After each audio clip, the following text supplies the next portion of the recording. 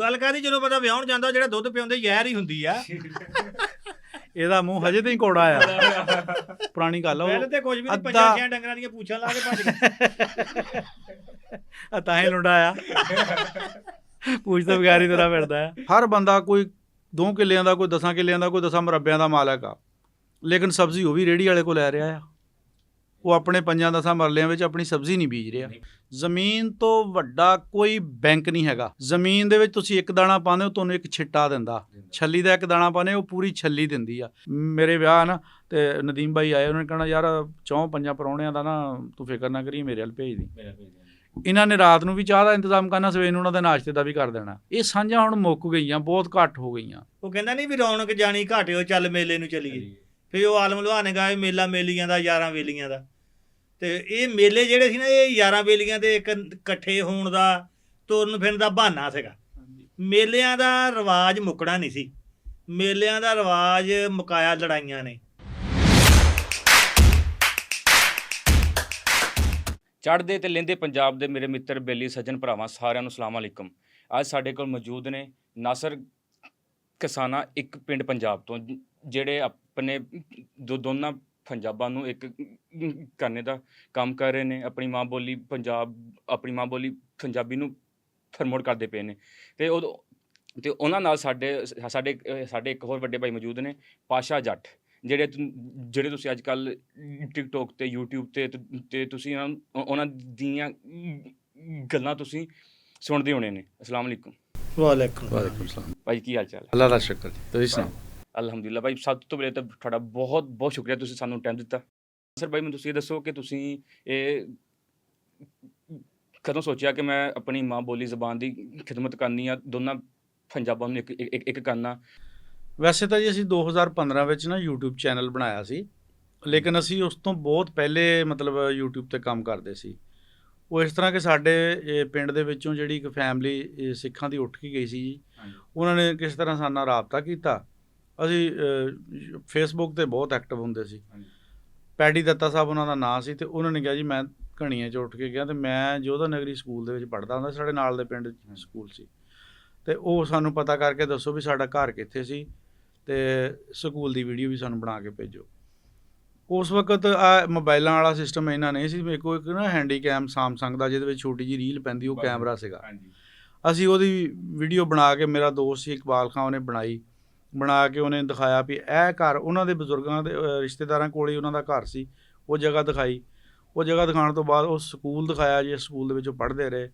ਉਹ ਵੀਡੀਓ ਸਾਡੀ ਨਾ, ਉਦੋਂ ਕੋਈ ਚੈਨਲ ਨਹੀਂ ਸੀ, ਵੈਸੇ ਜੀਮੇਲ ਦੇ ਨਾਲ ਲਾ ਕੇ ਉਹਨਾਂ ਉਹ ਅਪਲੋਡ ਬੜੀ ਚੱਲੀ। ਅੱਛਾ।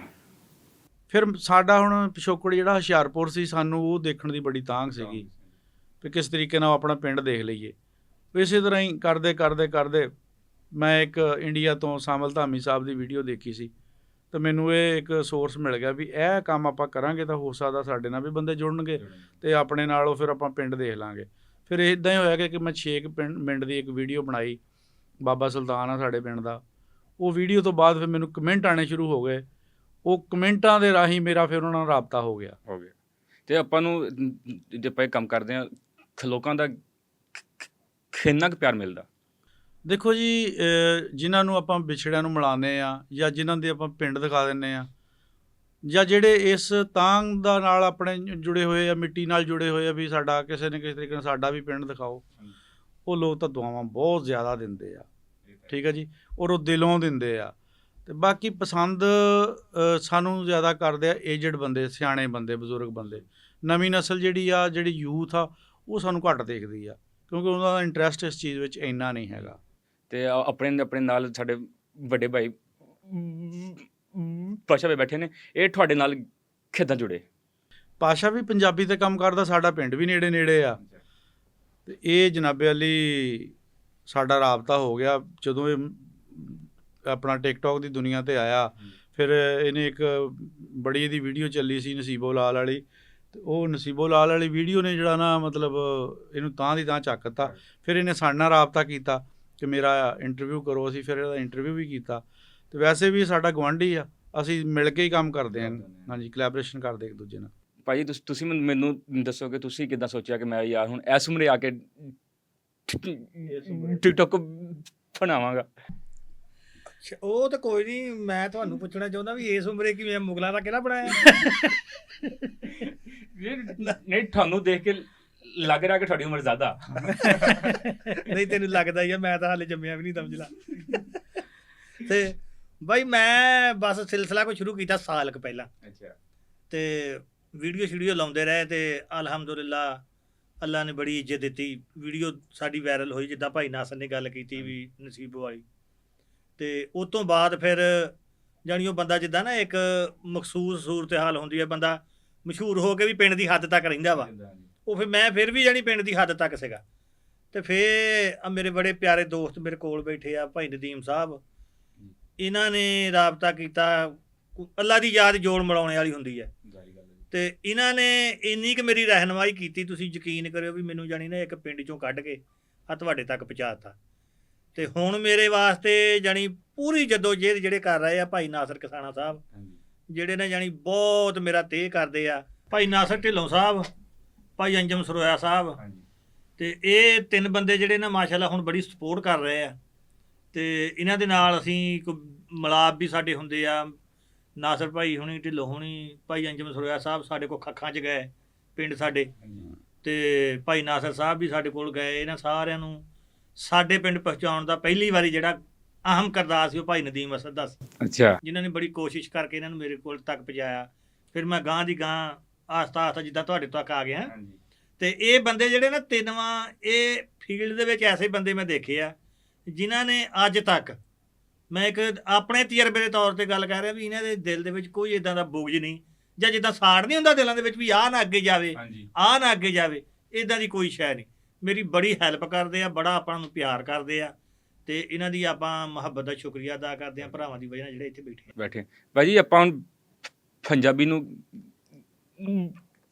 ਕਿੱਥੇ ਤੱਕ ਲੈ ਕੇ ਜਾਣਾ, ਕਿਉਂਕਿ ਤੁਸੀਂ ਦੋਨੀ ਪੰਜਾਬੀ ਵਾਸਤੇ ਕੰਮ ਕਰ ਰਹੇ ਹੋ, ਠੀਕ ਹੈ, YouTube ਤੇ ਤੁਸੀਂ ਕੰਮ ਕਰ ਰਹੇ ਹੋ, ਤੁਸੀਂ ਗਾਂ ਆਉਣ ਵਾਲੇ ਟਾਈਮ 'ਚ ਪੰਜਾਬੀ ਨੂੰ ਕਿੱਥੇ ਕੁ ਲੈ ਕੇ ਜਾਣਾ ਚਾਹੁੰਦੇ ਹੋ?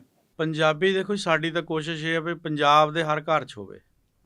ਜਿਹੜਾ ਬੰਦਾ ਪੰਜਾਬ 'ਚ ਰਹਿੰਦਾ ਆਪਣੇ ਆਪ ਨੂੰ ਪੰਜਾਬੀ ਕਹਿੰਦਾ, ਉਹਦਾ ਪੰਜਾਬੀ ਨਾਲ ਬੋਲਣ ਦਾ ਮਤਲਬ ਵਾਸਤਾ ਹੋਣਾ ਚਾਹੀਦਾ ਆ।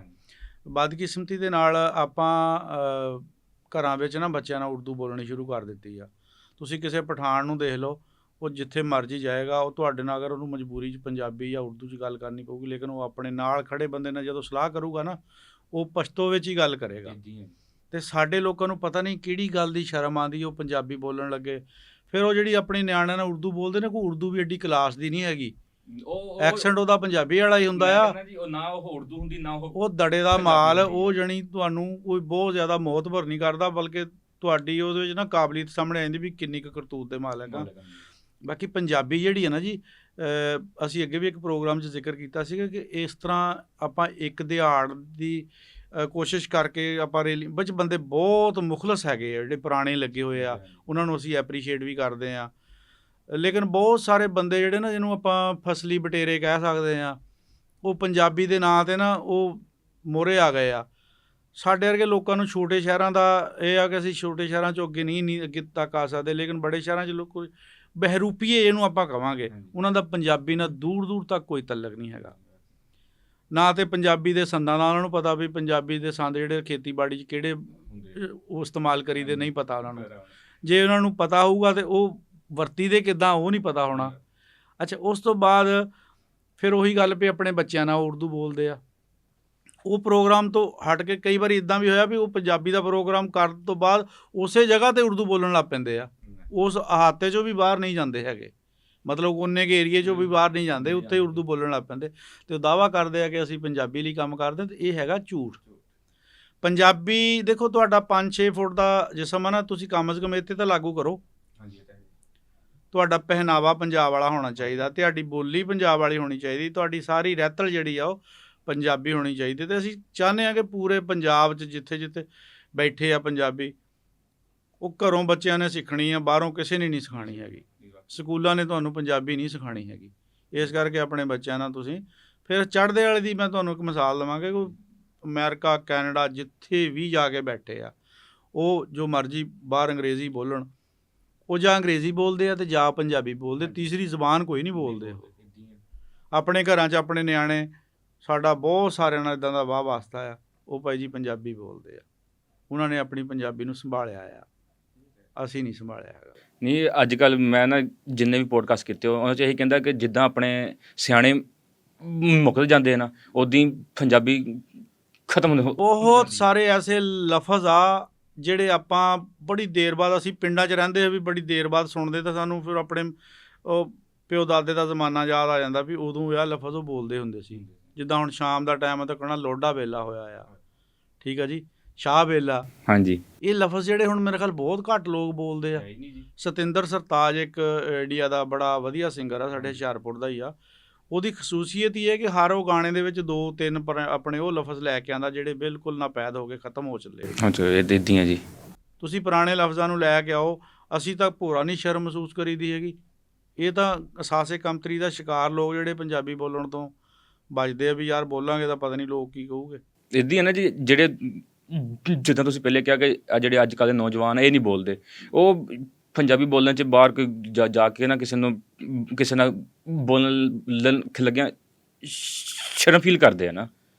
ਦੇਖੋ ਜੀ, ਮੈਂ ਤਾਂ ਬੜੇ ਪਲੇਟਫਾਰਮ 'ਤੇ ਸਾਨੂੰ ਜਾਣ ਦਾ ਮੌਕਾ ਮਿਲਿਆ, ਉੱਥੇ ਹਜ਼ਾਰਾਂ ਵਿੱਚ ਸੈਂਕੜਿਆਂ ਵਿੱਚ ਵੀ ਅਸੀਂ ਜਦੋਂ ਪੰਜਾਬੀ ਬੋਲੀ ਤਾਂ ਮੈਂ ਤੁਹਾਨੂੰ ਦੱਸਦਾ ਕਿ ਉਹ ਲੋਕਾਂ ਨੇ ਗੱਲਾਂ ਛੱਡ ਕੇ ਆਪਣੀਆਂ ਸਾਡੇ ਵੱਲ, ਮਤਲਬ ਕਿਸੇ ਆਪਾਂ ਸ਼ਾਦੀ 'ਤੇ ਲਾ ਲਓ, ਕਿਸੇ ਵਲੀਮੇ 'ਤੇ ਲਾ ਲਓ, ਕਿਸੇ ਜਗ੍ਹਾ 'ਤੇ ਜਾਂਦੇ ਜਾਂ ਕਿਸੇ ਹੋਰ ਜਗ੍ਹਾ 'ਤੇ ਇਕੱਠੇ ਗੈਦਰਿੰਗ ਹੋਈ ਉੱਥੇ ਜਾਂਦੇ ਹਾਂ, ਅਸੀਂ ਜਦੋਂ ਪੰਜਾਬੀ 'ਚ ਗੱਲ ਕਰੀ ਦੀ, ਯਕੀਨ ਕਰੋ ਮੈਂ ਤਜਰਬੇ ਵਾਲੀ ਗੱਲ ਦੱਸਦਾ ਵੀ ਉਹ ਲੋਕ ਸਾਨੂੰ ਸੁਣਦੇ ਆ ਵੀ ਯਾਰ ਕਿੱਡੀ ਸੋਹਣੀ ਪੰਜਾਬੀ ਬੋਲਦੇ ਆ।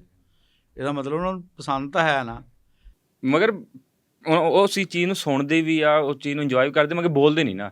ਭਾਈ ਜੀ ਮੈਂ ਤੁਹਾਡੇ ਨਾ ਇਹ ਚੈਨਲ ਦੇ ਰਾਹੀਂ ਇੱਕ ਗੱਲ ਕਹਾਂਗੇ, ਅਸੀਂ ਖੁਦ ਪੰਜਾਬੀ ਦੇ ਦੁਸ਼ਮਣ ਆ, ਸਾਨੂੰ ਬਾਹਰ ਦੇ ਦੁਸ਼ਮਣ ਦੀ ਲੋੜ ਨਹੀਂ ਹੈਗੀ। ਜਿੰਨੇ ਵੀ ਤੁਸੀਂ ਅਦਾਕਾਰ ਪਾਕਿਸਤਾਨ ਦੇ ਦੇਖ ਲਓ, ਸੁਲਤਾਨ ਰਾਈ ਤੋਂ ਲੈ ਕੇ ਮੁਸਤਫਾ ਕੁਰੈਸ਼ੀ ਤੋਂ ਲੈ ਕੇ ਹੁਣ ਤੱਕ ਹਮਾਯੂੰ ਕੁਰੈਸ਼ੀ, ਫਲਾਂ ਢਮਕਾ, ਸਾਰੇ ਟੋਟਲ ਇਹਨਾਂ ਦਾ ਕੈਰੀਅਰ ਕੋਈ ਚੰਦ ਫਿਲਮਾਂ ਕੱਢ ਕੇ ਉਹ ਪੰਜਾਬੀ ਫਿਲਮਾਂ ਦਾ ਆ, ਅਤੇ ਜਿੰਨੇ ਵੀ ਇਹਨਾਂ ਦੇ ਇੰਟਰਵਿਊ ਚੱਕ ਕੇ ਦੇਖ ਲਓ ਇਹਨਾਂ ਨੇ ਉਰਦੂ 'ਚ ਦਿੱਤੇ ਆ।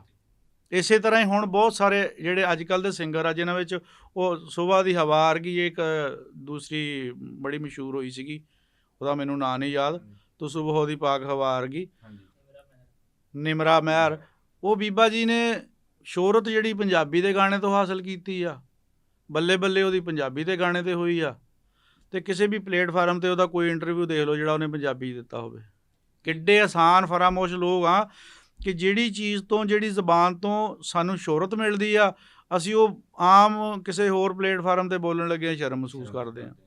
ਨਹੀਂ, ਜਿੱਦਾਂ ਤੁਸੀਂ ਕਹਿ ਰਹੇ ਕਿ ਗਾਣੇ ਫਿਲਮਾਂ ਵਾ, ਇਹਨਾਂ ਨੂੰ ਇਹ ਗਾਣੇ ਫਿਲਮਾਂ ਪੰਜਾਬੀ ਨੂੰ ਪ੍ਰਮੋਟ ਕਰਨ ਵਾਸਤੇ ਕਿੰਨੇ ਕੁ ਅਹਿਮ ਆ? ਦੇਖੋ ਜੀ, ਜੇ ਤਾਂ ਆਪਾਂ ਇੰਡੀਆ ਦੀ ਤਰਜ਼ 'ਤੇ ਪੰਜਾਬੀ ਫਿਲਮਾਂ ਬਣਾਈਏ, ਜਦੋਂ ਕਲਚਰ ਉਹਦਾ ਦਿਖਾਈਏ, ਜਿਸ ਤਰ੍ਹਾਂ ਉਹ ਪਿੰਡ ਦਿਖਾਉਂਦੇ ਆ, ਅੱਜ ਤੋਂ 50 ਸਾਲ ਪਿੱਛੇ ਦਾ ਕਲਚਰ ਦਿਖਾਉਂਦੇ ਆ, ਅਤੇ ਬਹੁਤ ਵੱਡਾ ਕਿਰਦਾਰ ਆ ਇਹਨਾਂ ਦਾ। ਲੇਕਿਨ ਸਾਡੇ ਪਾਕਿਸਤਾਨ 'ਚ ਜਿਹੜੀਆਂ ਫਿਲਮਾਂ ਬਣਦੀਆਂ, ਇਹ ਨਾ ਤਾਂ ਪੰਜਾਬ ਦੀ ਸਕਾਫਤ ਨੂੰ ਇਹ ਦਿਖਾਉਂਦੀਆਂ ਆ। ਹੁਣ ਕਿੱਥੇ ਪਿੰਡਾਂ ਵਿੱਚ ਇੱਦਾਂ ਦੇ ਰੰਗ ਬਰੰਗੇ ਲਿਬਾਸ ਪਾ ਕੇ, ਬਾਹਾਂ ਚੌੜੀਆਂ ਕਰਕੇ ਲੋਕ ਤੁਰਦੇ ਆ, ਕਿੱਥੇ ਗੰਨੇ ਨਾਲ 20-20 ਬੰਦੇ ਮਾਰ ਜਾਂਦੇ ਆ। ਮੈਨੂੰ ਦੱਸੋ ਪਹਿਲੇ, ਹੁੰਦਾ ਇੱਦਾਂ? ਆ ਆਪਣੇ ਹਾਜੀ ਸੁਲਤਾਨ ਰਾਈ ਸਾਹਿਬ ਆ, ਤੁਰੇ ਜਾਂਦੇ, ਗੰਨਾ ਚੂਪਦੇ 20-20 ਬੰਦੇ ਮਾਰ ਜਾਂਦੇ ਸੀ। ਇਹ ਪੰਜਾਬ ਦਾ ਕਲਚਰ ਨਹੀਂ ਹੈਗਾ, ਨਾ ਇਸ ਤਰ੍ਹਾਂ ਲੜਾਈ ਹੁੰਦੀ ਪੰਜਾਬ ਦਾ ਕਲਚਰ ਆ। ਪੰਜਾਬ ਦਾ ਕਲਚਰ ਤੁਸੀਂ ਵਿਆਹ ਸ਼ਾਦੀਆਂ ਦੇ ਤਰੀਕੇਕਾਰ ਦੱਸੋ ਵੀ ਪਹਿਲੇ ਲੋਕ ਕਿਸ ਤਰ੍ਹਾਂ ਵਿਆਹ ਕਰਦੇ ਹੁੰਦੇ ਸੀ, ਪਿੰਡਾਂ 'ਚ ਕਿੱਦਾਂ ਰਹਿੰਦੇ ਹੁੰਦੇ ਸੀਗੇ, ਠੀਕ ਆ ਜੀ। ਹੁਣ ਦੇ ਜ਼ਮਾਨੇ ਨਾਲ ਉਹਨੂੰ ਕੰਪੇਅਰ ਕਰਕੇ ਦੱਸੋ ਵੀ ਫਿਰ ਦੇਖੋ ਵੀ ਸੁੱਖ ਵਾਲਾ ਦੌਰ ਉਹ ਸੀ ਜਾਂ ਇਹ ਆ, ਠੀਕ ਹੈ ਜੀ। ਬਿਲਾਸ਼ੁਬਾ ਇਹ ਚੀਜ਼ਾਂ ਜਿਹੜੀਆਂ ਤੁਹਾਨੂੰ, ਲੇਕਿਨ ਤੁਸੀਂ ਪੰਜਾਬੀ ਦੇ ਰੰਗ 'ਚ ਰਹਿ ਕੇ, ਤੁਸੀਂ ਕਿਸੇ ਵੀ ਡਰਾਮੇ ਫਿਲਮ ਦੇ ਵਿੱਚ ਜਿਹੜਾ ਪੰਜਾਬੀ ਦਾ ਕਿਰਦਾਰ ਕਿਸੇ ਨੂੰ ਦਿੱਤਾ ਹੁੰਦਾ, ਉਹਨੂੰ ਧੋਤੀ ਨਹੀਂ ਬੰਨ੍ਹਣੀ ਆਉਂਦੀ, ਠੀਕ ਆ ਨਾ ਜੀ। ਉਹਦੀ ਧੋਤੀ ਤੋਂ ਅੰਦਾਜ਼ਾ ਹੋ ਜਾਂਦਾ ਵੀ ਇਹ ਬੰਦਾ ਕਿੰਨਾ ਕੁ ਪੰਜਾਬ ਦਾ ਨਾਲ ਪੰਜਾਬੀ ਨਾਲ ਇਹਦਾ ਲਗਾਓ ਆ। ਫਿਰ ਜੇ ਉਹ ਖਾਲਾ ਘੜਦਾ ਉਹਨੂੰ ਦਿਖਾਉਂਦੇ ਜਾਂ ਪੱਠੇ ਵੱਢਦਾ ਦਿਖਾਉਂਦੇ ਆ, ਅਤੇ ਉਹਦਾ ਉਹ ਤਰੀਕਾਕਾਰ ਹੀ ਗਲਤ ਹੁੰਦਾ ਆ। ਉਹ ਦੇਖਣ ਵਾਲਾ ਬੰਦਾ ਕਹਿੰਦਾ ਵੀ ਉਹ ਨਹੀਂ ਵੀ ਇਹ ਤਾਂ ਬੰਦਾ ਐਵੇਂ ਫੜ ਕੇ ਪਾਇਆ ਆ, ਇਹਦਾ ਪੰਜਾਬੀ ਨਾਲ ਤਅੱਲਕ ਕੋਈ ਨਹੀਂ ਹੈਗਾ। ਪੰਜਾਬੀ ਬਣਾ ਜ਼ਰੂਰ ਦਿੱਤਾ, ਪਰ ਪੰਜਾਬੀ ਨੂੰ ਸਮਝਣਾ ਬਹੁਤ ਔਖਾ ਆ। ਹਾਂ ਭਾਅ ਜੀ, ਤੁਸੀਂ ਮੈਨੂੰ ਦੱਸੋ ਕਿ ਆਪਣੀਆਂ ਜਿਹੜੀਆਂ ਮੁੱਛਾਂ ਦਾ ਕੀ ਰਾਜ਼ ਆ?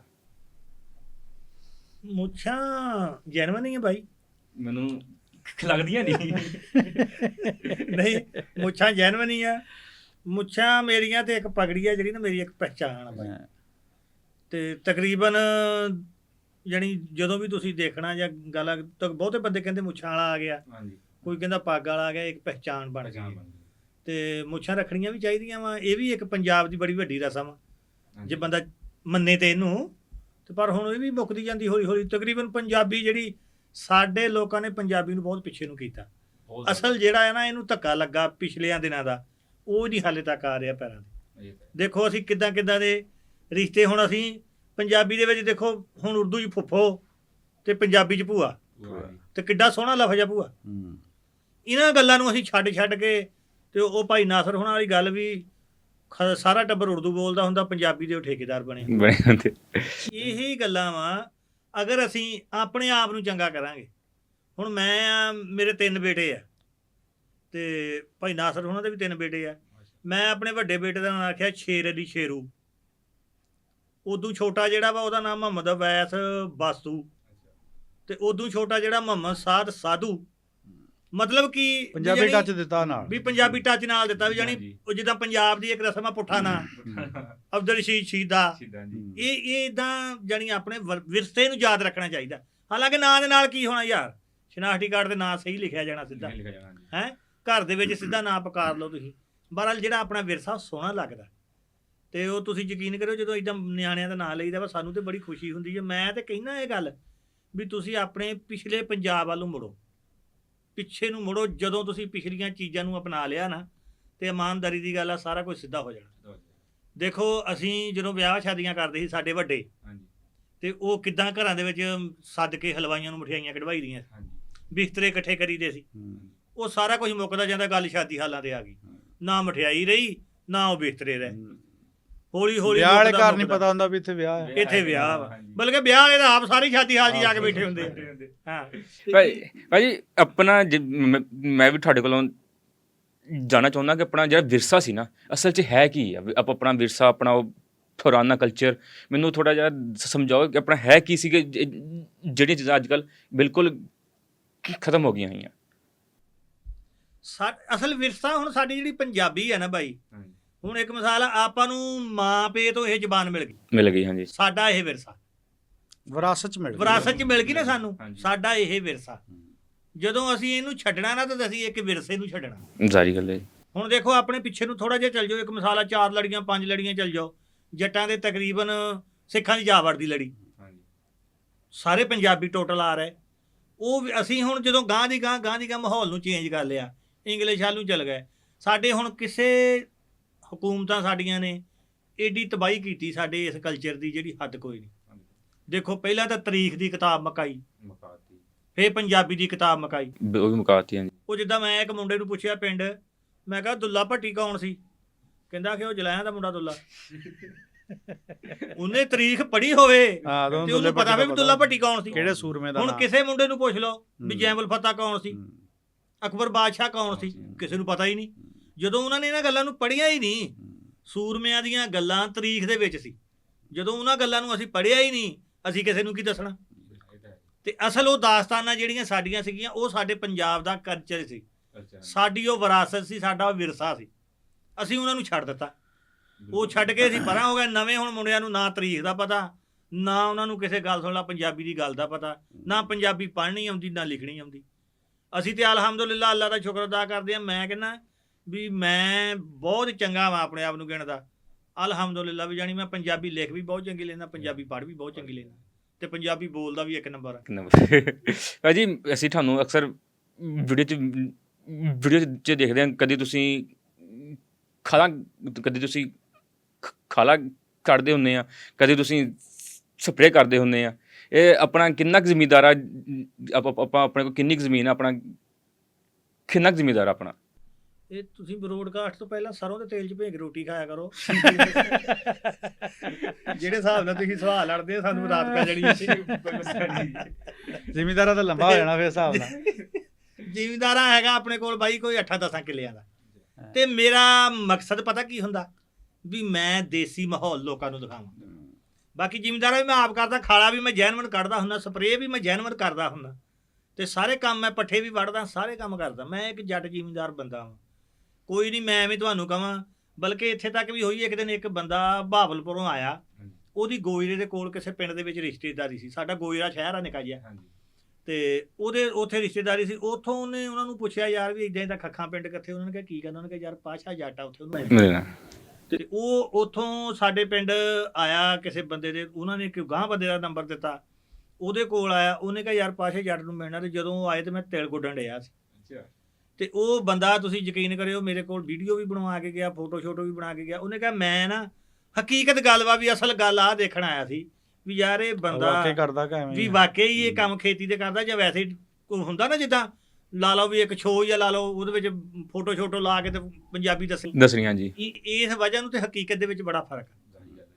ਤੇ ਉਹ ਬਣਾਵਟ ਜਿਹੜੀ ਉਹ ਬਣਾਵਟ ਹੀ ਹੁੰਦੀ ਆ, ਹਕੀਕਤ ਜਿਹੜੀ ਹਕੀਕਤ ਹੁੰਦੀ ਹੈ। ਤੇ ਅਲਹਮਦੁਲਿਲਾ ਭਾਈ ਜੱਟ ਜ਼ਿਮੀਂਦਾਰ ਬੰਦੇ ਆ, ਪੱਠੇ ਵੀ ਵੱਢੀ ਦੇ ਆ ਤੇ ਤਿਲ ਵੀ ਗੁੱਡੀ ਦੇ ਆ, ਘਾਹ ਵੀ ਵੱਢੀ ਦੇ ਆ, ਸਾਰਾ ਕੁਝ ਕਰੀਦਾ। ਤੇ ਆ ਭਾਈ ਅੱਜ ਕੱਲ੍ਹ ਕਿਸਾਨਾਂ ਦੇ ਅਸੀਂ ਸੁਣਦੇ ਪਏ ਹਾਂ, ਹਾਲਾਤ ਬਹੁਤ ਮਾੜੇ ਆ। ਠੀਕ ਹੈ, ਇਹ ਖਾਦ ਮਹਿੰਗੀ, ਹਰ ਚੀਜ਼ ਮਹਿੰਗੀ, ਬਾਅਦ ਦੇ ਵਿੱਚ ਫਸਲ ਵਿਕਦੀ ਨਹੀਂ। ਠੀਕ ਹੈ, ਤੁਹਾਡਾ ਤੁਸੀਂ ਇਹਦੇ ਬਾਰੇ ਕੀ ਕਹੋਗੇ ਕਿ ਯਾਰ ਇਹਦੇ ਵਾਸਤੇ ਕਿਹਨੂੰ ਕੰਮ ਕਰਨਾ ਚਾਹੀਦਾ ਵਾ ਕਿ ਕਿਸਾਨਾਂ ਦੇ ਹਾਲਾਤ ਠੀਕ ਹੋ ਜਾਣ? ਉਹ ਜਿੱਦਾਂ ਹੁਣ ਕਿਸਾਨਾਂ ਦੇ ਹਾਲਾਤ ਹੋਏ ਨਾ ਮਾੜੇ, ਉਹ ਇਦਾਂ ਹੀ ਬੰਦੇ ਇੱਕ ਦੇ ਨਾ ਮਾੜੇ ਹਾਲਾਤ ਸੀ ਤੇ ਉਹਦੇ ਰਾਤ ਨੂੰ ਚੋਰ ਚੋਰੀ ਕਰਨ ਆ ਗਿਆ। ਤੇ ਉਹ ਚੋਰ ਨਾ ਕਦੇ ਦੇਜਕਾ ਪਿਆ ਸੀ, ਉਹ ਹਨੇਰਾ ਸੀਗਾ ਤੇ ਉਹ ਦੇਜਕੇ 'ਚ ਪੈਰ ਵੱਜਾ ਨਾ ਤੇ ਚੋਰ ਮੂਧੜੇ ਮੂੰਹ ਡਿੱਗਾ। ਤੇ ਉਹ ਜਿਹੜਾ ਘਰ ਵਾਲਾ ਸੀ ਨਾ, ਉਹ ਚੋਰ ਨਾਲੋਂ ਵੀ ਜ਼ਿਆਦਾ ਭੁੱਖਾ ਸੀ ਜਿੱਦਾਂ ਹੁਣ ਕਿਸਾਨਾਂ ਦਾ ਹਾਲ ਹੋਇਆ। ਉਹਨੇ ਨਾ ਉੱਠ ਕੇ ਦੀਵਾ ਬਾਲ ਦਿੱਤਾ, ਦੀਵਾ ਬਾਲ ਕੇ ਤੇ ਮੰਜੀ ਤੇ ਪੈ ਗਿਆ। ਤੇ ਉਹ ਚੋਰ ਕਹਿਣ ਲੱਗਾ ਵੀ ਯਾਰ ਚੰਗਾ ਤੂੰ ਬੰਦਾ, ਤੂੰ ਮੈਨੂੰ ਫਣ ਦੀ ਬਜਾਏ ਦੀਵਾ ਬਾਲ ਕੇ ਮੰਜੇ ਤੇ ਪੈ ਗਿਆ। ਉਹ ਕਹਿੰਦਾ ਮੈਂ ਤੈਨੂੰ ਫੜ ਕੇ ਕੀ ਕਰਨਾ, ਜਿੱਥੇ ਤੂੰ ਰਾਤ ਠੇਡੇ ਖਾਂਦਾ ਫਿਰਦਾ, ਇੱਥੋਂ ਤਾਂ ਸਾਲਿਆ ਦਿਨੇ ਨਹੀਂ ਕੁਛ ਲੱਭਾ। ਇਹ ਐਕਾ ਹੁਣ ਸਾਡੇ ਜ਼ਿਮੀਂਦਾਰਾਂ ਦੇ ਹਾਲਾਤ। ਸਾਡਾ ਜ਼ਿਮੀਂਦਾਰਾਂ ਨਾ ਤੁਸੀਂ ਯਕੀਨ ਕਰ ਲਓ ਜ਼ੀਰੋ ਹੋ ਗਿਆ।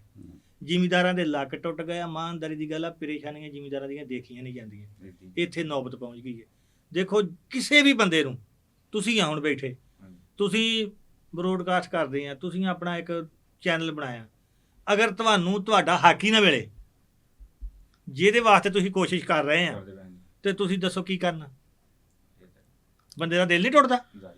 ਇਹ ਜ਼ਿਮੀਂਦਾਰਾ ਜਿਹੜਾ ਪਾਕਿਸਤਾਨ ਦਾ ਨਾ, ਤੁਸੀਂ ਯਕੀਨ ਕਰ ਲਓ, ਜਾਣੀ ਅਸੀਂ ਬਹੁਤ ਖੇਤੀ ਦੀ ਵੀਡੀਓ ਬਣਾਈਆਂ, ਜ਼ਿਮੀਂਦਾਰੇ ਤੇ ਬਣਾਈਆਂ। ਇਸ ਵਕਤ ਪਾਕਿਸਤਾਨ ਦਾ ਜ਼ਿਮੀਂਦਾਰਾ ਜ਼ੀਰੋ 'ਚ ਚਲਾ ਗਿਆ। ਜੇ ਆਪਾਂ ਚੜ੍ਹਦੇ ਪੰਜਾਬ ਤੇ ਖਿਲੰਦੇ ਪੰਜਾਬ ਦੇ ਜ਼ਿਮੀਂਦਾਰੇ ਨੂੰ ਆਪਸ 'ਚ ਕੰਪੇਅਰ ਕਰੀਏ ਤੇ ਉਹ ਉੱਤੇ ਆ ਜਾਂ ਆਪਾਂ ਇਸ ਟਾਈਮ ਉੱਤੇ ਜਾ ਰਹੇ?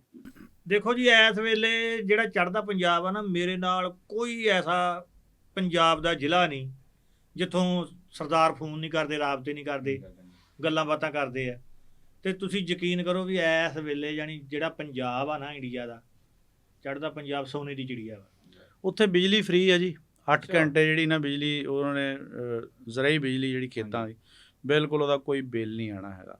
ਫਿਰ ਖਾਦਾਂ ਬਹੁਤ ਘੱਟ ਰੇਟ 'ਤੇ ਆ, ਸਪਰੇਆਂ, ਬੀਜ, ਫਿਰ ਗੌਰਮੈਂਟ ਉਹਨਾਂ ਕੋਲ ਲੈਂਦੀ ਵੀ ਆ। ਇੱਦਾਂ ਸਾਡੇ ਤਰ੍ਹਾਂ ਖੱਜਲ ਖੁਆਰੀ ਨਹੀਂ ਹੈਗੀ।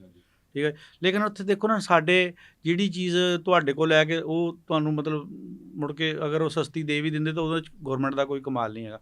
ਗੌਰਮੈਂਟ ਅਗਰ ਸਸਤੀ ਦੇਣੀ ਤਾਂ ਬੀਜ ਸਸਤੇ ਕਰਨ, ਸਪਰੇਆਂ ਸਸਤੀਆਂ ਕਰਨ, ਖਾਦਾਂ ਸਸਤੀਆਂ ਕਰਨ। ਹੁਣ ਅਗਰ ਤੁਹਾਡੇ ਕੋਲ ਕਣਕ ਲੈ ਕੇ ਮਤਲਬ ਕਣਕ ਦੇ ਬਦਲੇ ਕੋਈ ਸ਼ਾਇਦ ਜਿਹੜਾ ਆਟਾ ਸਸਤਾ ਕਰਤਾ, ਡਬਲ ਰੋਟੀਆਂ ਸਸਤੀਆਂ ਕਰਤੀਆਂ ਜਾਂ ਹੋਰ ਚੀਜ਼ਾਂ ਸਸਤੀਆਂ, ਇਹਦੇ 'ਚ ਕੋਈ ਸਹਾਨ ਨਹੀਂ ਹੈਗਾ।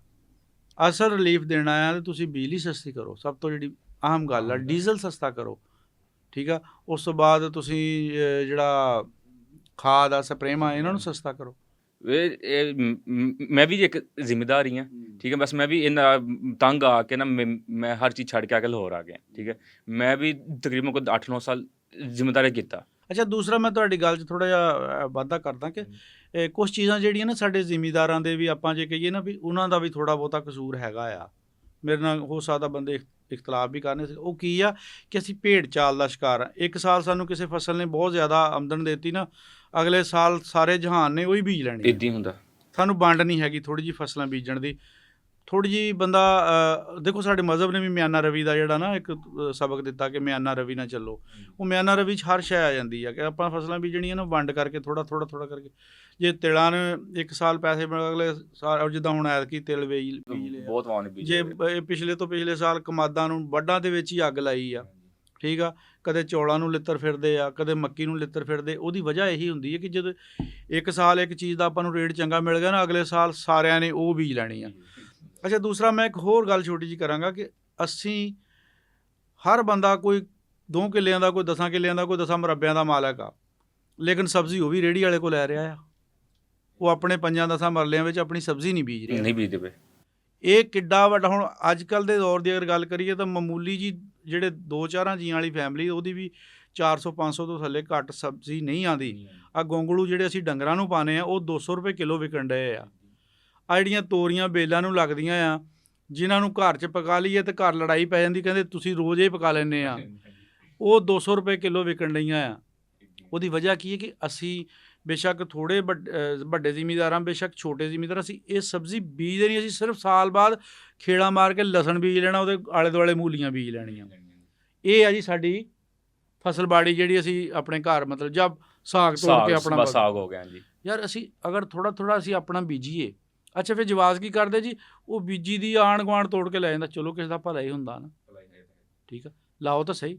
ਅੱਜ ਕੱਲ੍ਹ ਤਾਂ ਜੀ ਕੋਈ ਕਮਾ ਚੋਂ ਇੱਕ ਖੰਨਾ ਨਹੀਂ ਤੋੜਨ। ਹਾਂਜੀ ਇੱਦਾਂ ਹੀ ਹੈ ਜੀ, ਹਾਲਾਤ ਐਸੇ ਹੋਏ ਆ। ਕਿਸਾਨ ਜਿਹੜਾ ਨਾ ਜੀ ਰਾਣਾ ਉਹਦਾ ਜਿੰਨੀ ਦੇਰ ਤੁਸੀਂ ਲਾਈ ਉਨੀ ਦੇਰ ਨੂੰ ਅਗਲਾ ਗੰਨਾ ਤੋੜ ਕੇ ਅਗਲੇ ਘਰ ਪਹੁੰਚ ਜਾਣਾ। ਇਹ ਰਾਣਾ ਸਾਹਿਬ ਕਿਸਾਨ ਜਿਹੜਾ ਨਾ ਇੱਕ ਬਾਪ ਆ, ਤੇ ਜਦੋਂ ਬਾਪ ਪਰੇਸ਼ਾਨ ਹੋਵੇ ਨਾ, ਔਲਾਦ ਸੁੱਖ ਨਹੀਂ ਹੋ ਕਰ ਸਕਦੀ। ਕਿਸਾਨ ਪਰੇਸ਼ਾਨ ਆ, ਕਦੀ ਵੀ ਮੁਲਕ ਦੇ ਵਿੱਚ ਖੁਸ਼ੀ ਨਹੀਂ ਆ ਸਕਦੀ। ਜ਼ਮੀਨ ਤੋਂ ਵੱਡਾ ਕੋਈ ਬੈਂਕ ਨਹੀਂ ਹੈਗਾ। ਜ਼ਮੀਨ ਦੇ ਵਿੱਚ ਤੁਸੀਂ ਇੱਕ ਦਾਣਾ ਪਾਉਂਦੇ ਹੋ, ਤੁਹਾਨੂੰ ਇੱਕ ਛਿੱਟਾ ਦਿੰਦਾ। ਛੱਲੀ ਦਾ ਇੱਕ ਦਾਣਾ ਪਾਉਂਦੇ ਉਹ ਪੂਰੀ ਛੱਲੀ ਦਿੰਦੀ ਆ।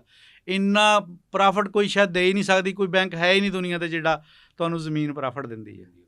ਅਤੇ ਜੀ ਆਉਣ ਵਾਲੇ ਕੁਛ ਸਾਲਾਂ ਦੇ ਅੰਦਰ, ਠੀਕ ਹੈ, ਆਪਾਂ ਕਿਸਾਨਾਂ ਨੂੰ ਤੁਸੀਂ ਕਿੱਥੇ ਕੁ ਲੈ ਕੇ ਜਾਣਾ ਕਿ ਯਾਰ ਆਪਣੇ ਜਿਹੜੇ ਕਿਸਾਨ ਭਰਾ ਵਾ ਉਹ ਖੁਸ਼ਹਾਲ ਹੋ ਜਾਣ, ਤਾਂ ਆਪਾਂ ਉਹਦੇ ਵਾਸਤੇ ਕੋਈ ਕੰਮ ਕਰ ਰਹੇ ਹਾਂ, ਕੋਈ ਗੌਰਮੈਂਟ ਨਾਲ ਕੋਈ ਗੱਲਬਾਤ ਜਾਂ ਕਿਸੇ ਹੋਰ ਮਹਿਕਮਿਆਂ ਨਾਲ ਕਿ ਯਾਰ ਕਿਸਾਨਾਂ ਦੇ ਹਾਲਾਤ ਠੀਕ ਹੋ ਜਾਣ? ਕਿਸਾਨਾਂ ਦੇ ਹਾਲਾਤ ਇਨਸ਼ਾਅੱਲਾ ਅਗਲੇ ਜਹਾਨ ਹੀ ਠੀਕ ਹੋਣਗੇ। ਠੀਕ ਹੋਣਗੇ।